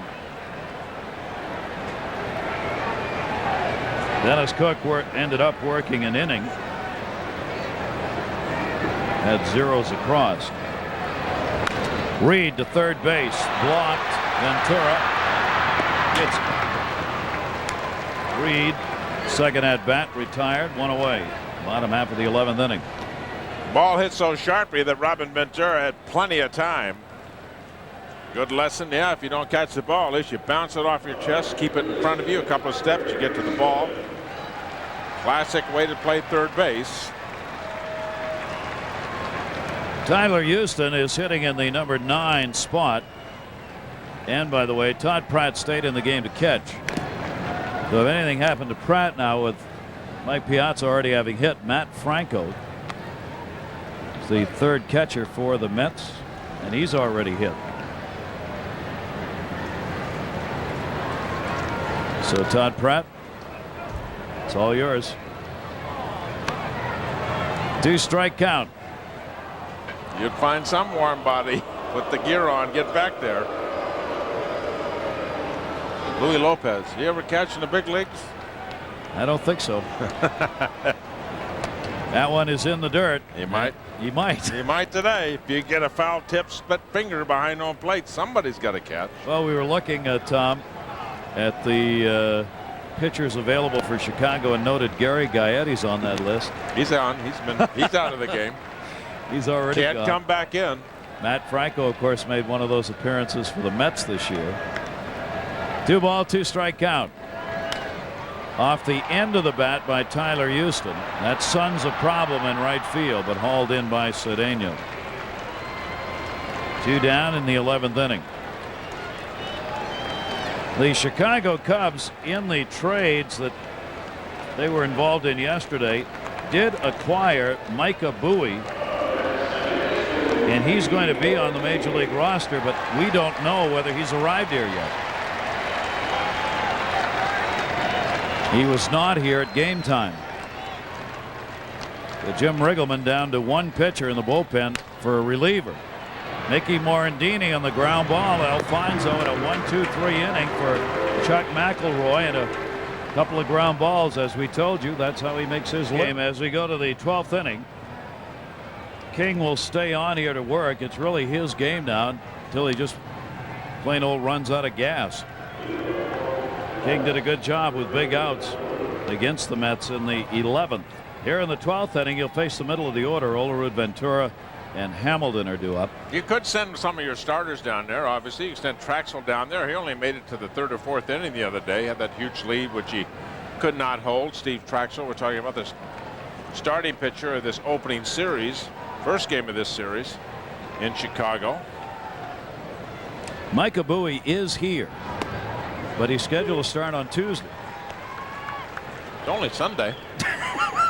What do you think Bob Feller would have to say about this? Oh, a lot. Huh? A lot. John Olerud, 2 for 5. You're not pitching until Tuesday. Get down there. Get down in that bullpen. A little work and do you good. Everybody gets an inning. And there's some truth in it, too. Yep. 1 ball, 1 strike count. Leiter gave up 2 runs, 7 hits over 7. The other 2 came off Armando Benitez. Rodriguez tied the game up in the 9th with a leadoff homer, and then the run in the 10th charge of Benitez that tied the game up again. Mets got their runs off Beck, 3 off him out of the bullpen, 1 off Terry Adams, 3 in the 6th inning, and 1 in the 10th for New York. 9 hits for the Cubs, 8 hits for the Mets. And he walked. So a leadoff walk for Olerud here in the 12th inning. We just keep piling up the numbers. And a bad situation here as far as advancing the runners is that Olerud does not run well. Ventura does not run well. So do you bunt here? You got a left-hand pitcher, a left-hand hitter. Ray King in his 9th appearance for the Cubs on the mound. Ventura does not show bunt, takes it down low for a ball. And the Cubs not even holding Ventura on first base. Wow. Yeah. Wow. I mean Olerud on first base, excuse me. That's a wow. Grace isn't even jockeying behind John Olerud. King falls behind 2-0 on Ventura. Mark Grace is way behind him. And we will get the conference at the mound here. Marty Demerit on his way out, pitching coach. Rick Reed, the catcher, out there as well.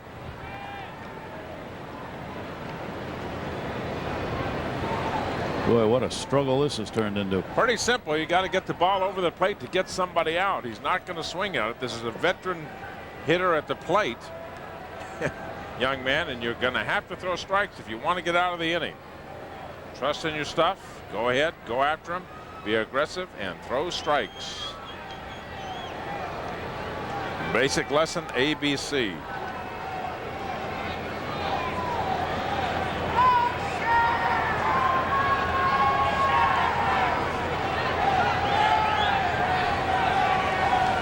Down 2-0. Robin Ventura.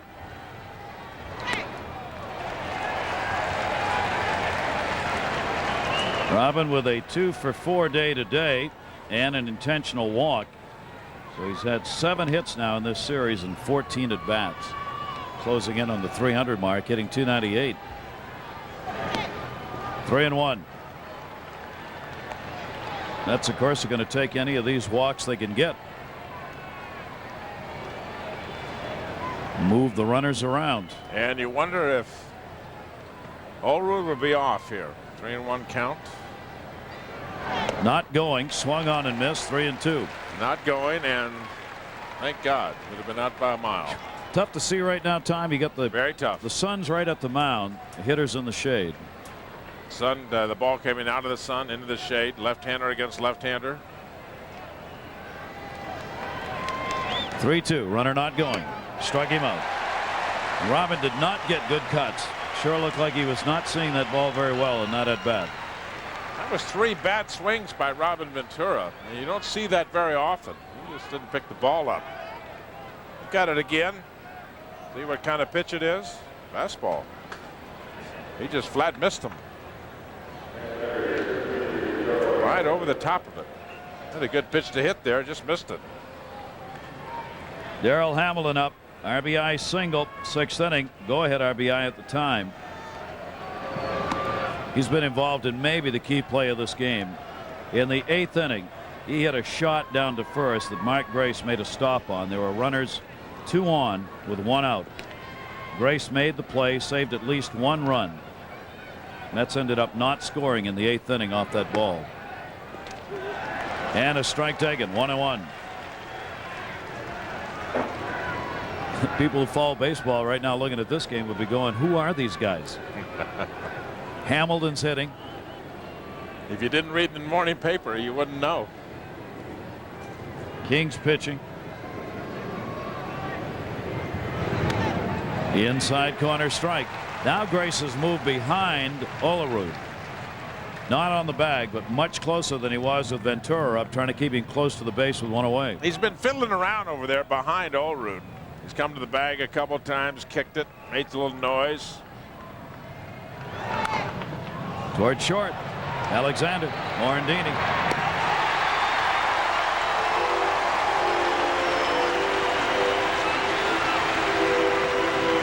I'll tell you one thing, Mr. King is earning himself some big time points right now with the Chicago Cubs.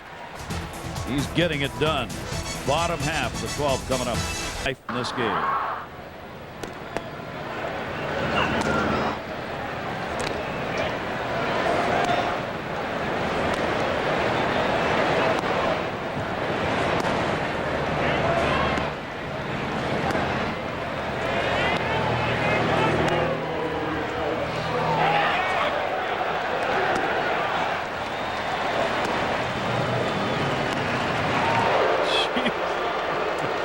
Mark Grace is the only one who didn't strike out. Yeah, but he's only struck out 20 times all year, and you got to find out who those 20 were off of. You got some kind of pitcher if you can strike him out. What an exhibition by Al Leiter. Non-decision, of course, in the start. Manny Alexander, Mark Grace, and Sammy Sosa, bottom of the 12th inning. Alexander starting at short. Jose Hernandez traded yesterday to Atlanta in the Terry Mulholland deal. The 3 minor leaguers. Micah Bowie, one of those who's here, a pitcher, 24 years old, but he's scheduled to start Tuesday. We're down to Sanders in the bullpen. McElroy with a 1-2 delivery. Manny Alexander takes it. Now bear in mind, Chuck McElroy is not used to going very long in games. Tom and I were noting between innings here, McElroy 41 games appeared in and only 40 2/3 innings pitched. He's one of those left-handers who comes on to get guys out. 3 balls, 2 strikes, Alexander. He comes on to pitch an inning, set up man. You got an inning when you got 1 or 2 left-handers that you got to face. You run them out there for that inning. That's about a day's work for him. Got him. Came back on the 3-2. McElroy gets the strikeout. Mark Grace.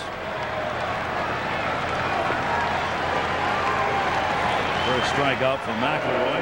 Fourth batter faced. Grace has had 2 singles, a double, a walk, and grounded out 1 RBI. Takes that one to left center field. Hamilton. 2 down. Fans will be up for this one as Sammy comes to the plate.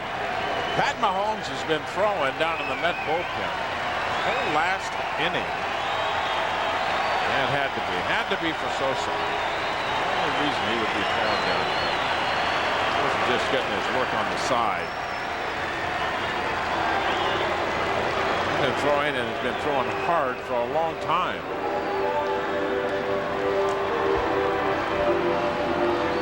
Here he comes. So Mahomes will come on to face Sosa, bottom of the 12th inning, tie game with 2. It's 4 2/3 innings of relief here on Friday, and got the victory in that opening game, and that's won it 10-9. And he'll try to get Sosa out here. 2 down, nobody on. Sosa's only faced Pat Mahomes once. 0-for-1 on it. 4 runs, 8 hits for the Mets, 4 runs, 9 hits for the Cubs. An 0 for day for Sammy. Ball 2 from Pat Mahomes. Good job by McElroy, an inning and 2/3, struck out 1. And Sammy Sosa went up there. The first pitch, he looked like he had no intention whatsoever of swinging the bat. To short, Ray Ordonez. And on we go. Get the 1-2-3 inning. Great to see you right now. No, I like to remind him of that. Yeah, he just puts him into a perpetual funk when I say that. And I'm trying to somewhere. Come on, you got to help me now. Let's go the alphabet. And we'll talk about all the left-handed pitchers that have pitched for. There's no way you would know. It's 1968. I know this is a long game, but I know, but I'm stretching this baby out. And I think Ray King comes out of the game trying to warm up and hurt himself. So here we go. Roger Cedeno as we go to the 13th and a strike taken. This is the warm-up by King and why he had to leave.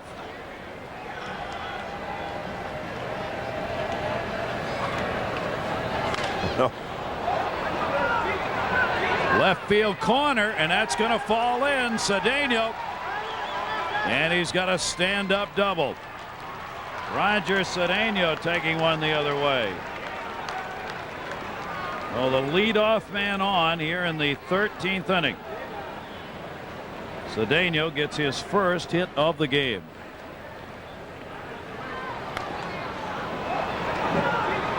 sinker on the outside part of the plate. He got it up down that left field corner, and Cedeno had thoughts of a triple as he was heading for second base. Boy. Mets now have their 9 hits along with the Cubs. Talent just oozing out of that young man. He gets more and more impressive every game. So the Mets with a chance to grab the lead again here in the 13th. Looking to bunt. Todd Pratt started, pulled it back. Little chin music underneath. 1-0. He'll look down to third base. Ray Ordonez is the on-deck batter.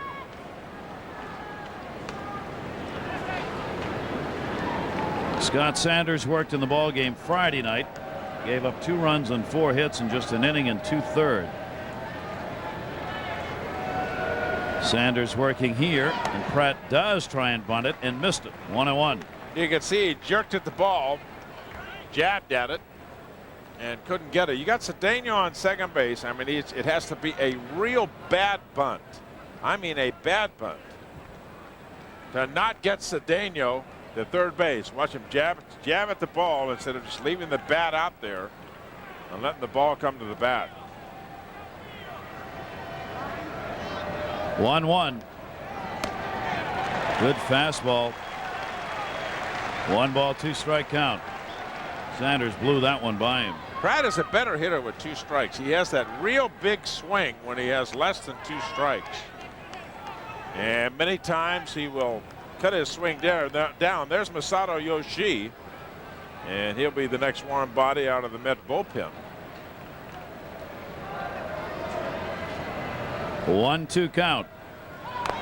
Ooh, really jammed him that time, and Todd Pratt went right into the ball. Just able to protect himself. Might have hit him.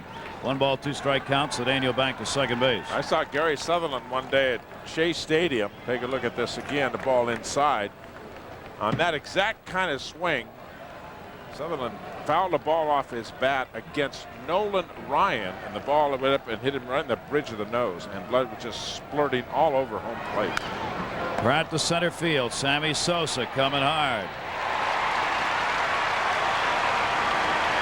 Well, the Mets don't get it done there. They wanted that runner advanced. Now 1 away. Well, he made contact, and made pretty good contact to boot. Now almost too good a contact. You want to get the ball on the ground to the right side, the line drive to center field. Now, Tom, this has got to be the meeting at the mound about Cedeno trying to steal third. Probably. You're going to have to hold him. How are you going to play Ordonez? You got Benny Agbayani on the on-deck circle.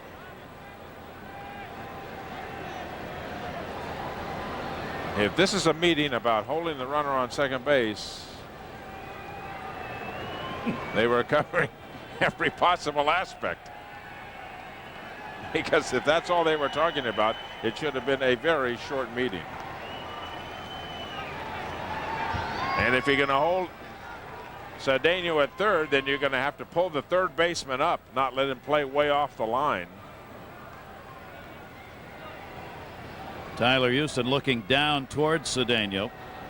Second baseman Morandini will jockey, try and hold him. And first ball hitting and popped up. Mark Grace. Oh my. 2 down.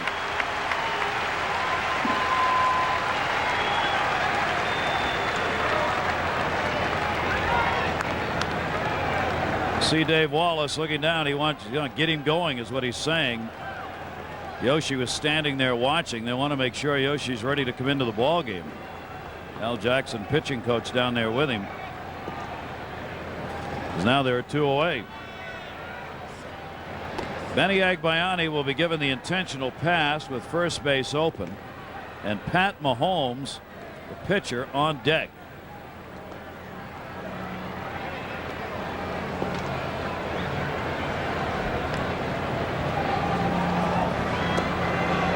That's how deep we've gone into this ball game. There is ball 4. Agbayani gets the intentional pass. Louis Lopez has not played in this game.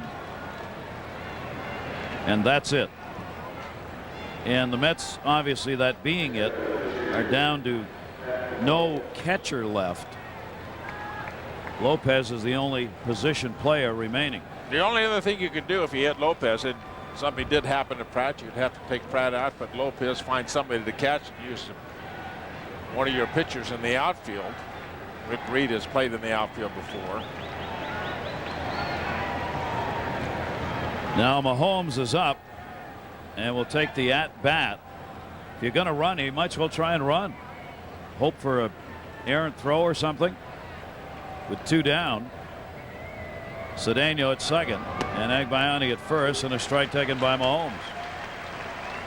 Well, you might try to steal a run. Exactly right, Gary. Try to get Cedeno to third and then try a delayed steal with Agbayani at first and try and get him in a rundown. See if the Cubs will bite on that. Mahomes a good hitter. He's 3 for 9, 3 doubles in fact, and bloops that one. Sosa diving, not going to be made by Rodriguez. Throw will come to third. Run crosses the plate. Mets have the lead. Pat Mahomes delivers an RBI single. Benny Agbayani is tagged out trying to go to third on that, but the run crossed before the out. So Cedeno has crossed the plate, and the Mets lead it by 1. Mahomes with an RBI. Mahomes delivering his 3rd RBI and his 4th hit. He's 4 for 10 now as a hitter. And now he's got a chance to win the ball game on the mound. See, Bobby Valentine had this all figured out.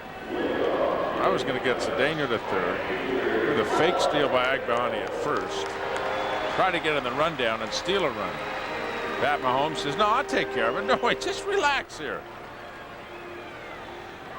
I'll take care of it. Just out of the reach of Rodriguez. Glenn Allen Hill is up as we go to the bottom half of the 13th. The Mets with a chance to win it again.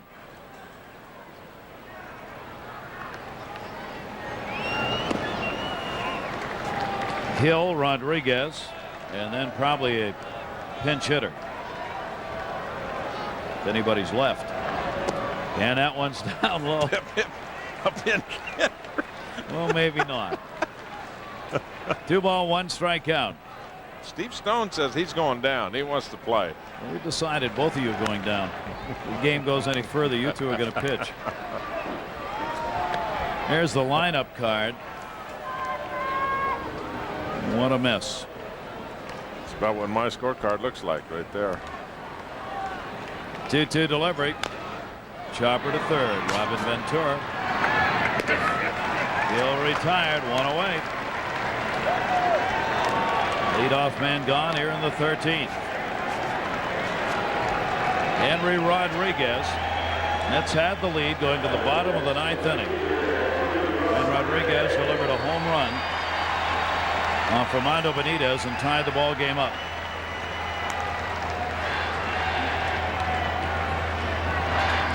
The pitcher is on deck. And a strike from Mahomes.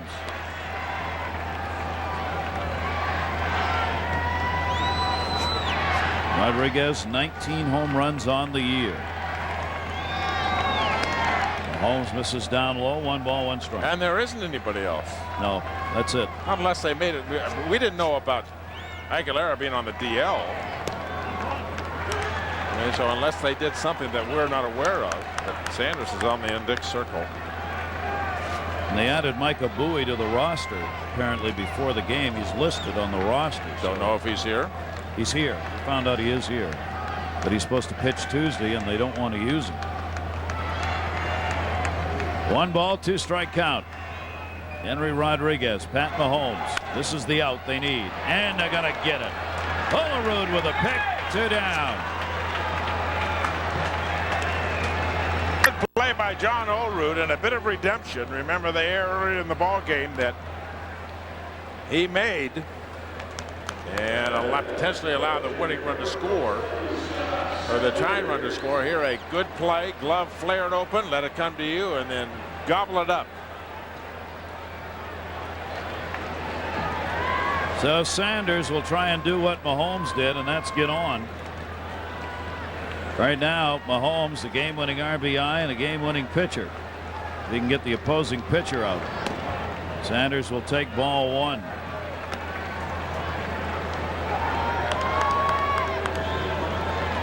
Caught right in the webbing on that ball that was hit down to first. Sanders has 4 hits, 1 double, 16 at bats, 1 RBI. Now he wants a walk. 2 ball, 1 strike count. Out of players. This 13-inning game. In the dirt. 3-1.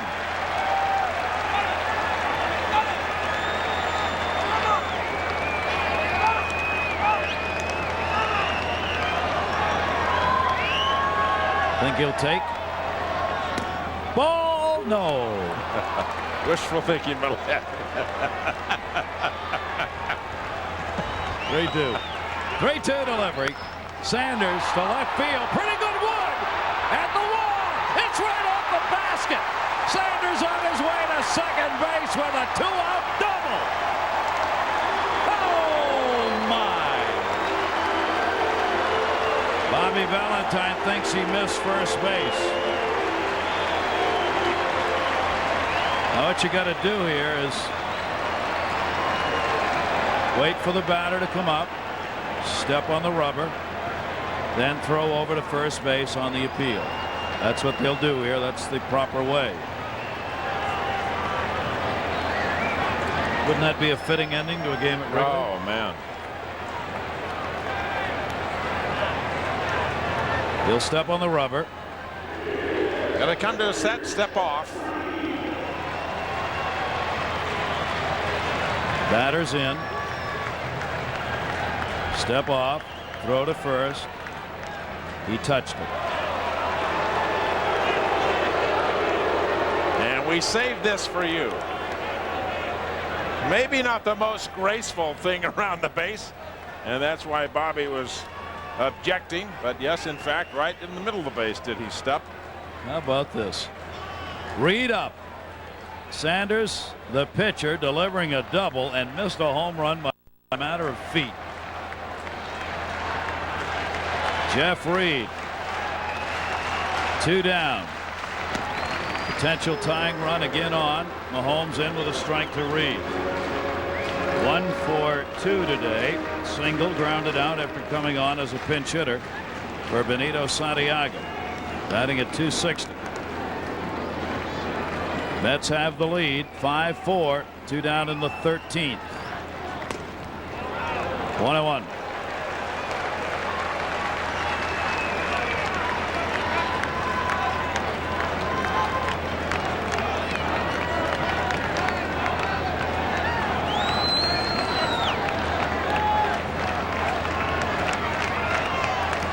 One ball, 1 strike count.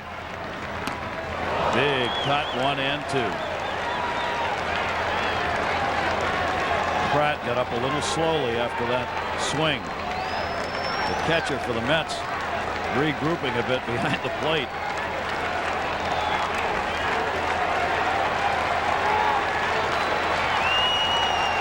That one right over his head.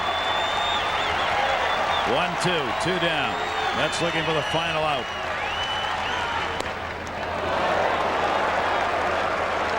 How do you take it? What an eye.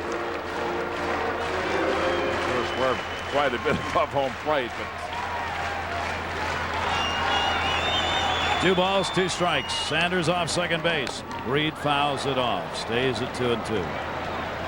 Rubber match of this 3-game set in what has been an exhausting 3 days for these two teams. Run fests in the first 2. Pitching duel to start this one. Then bullpen surrendering leads in the second half of this game. 2 balls, 2 strikes. Reed waiting. Swung on and missed, and the Mets win it.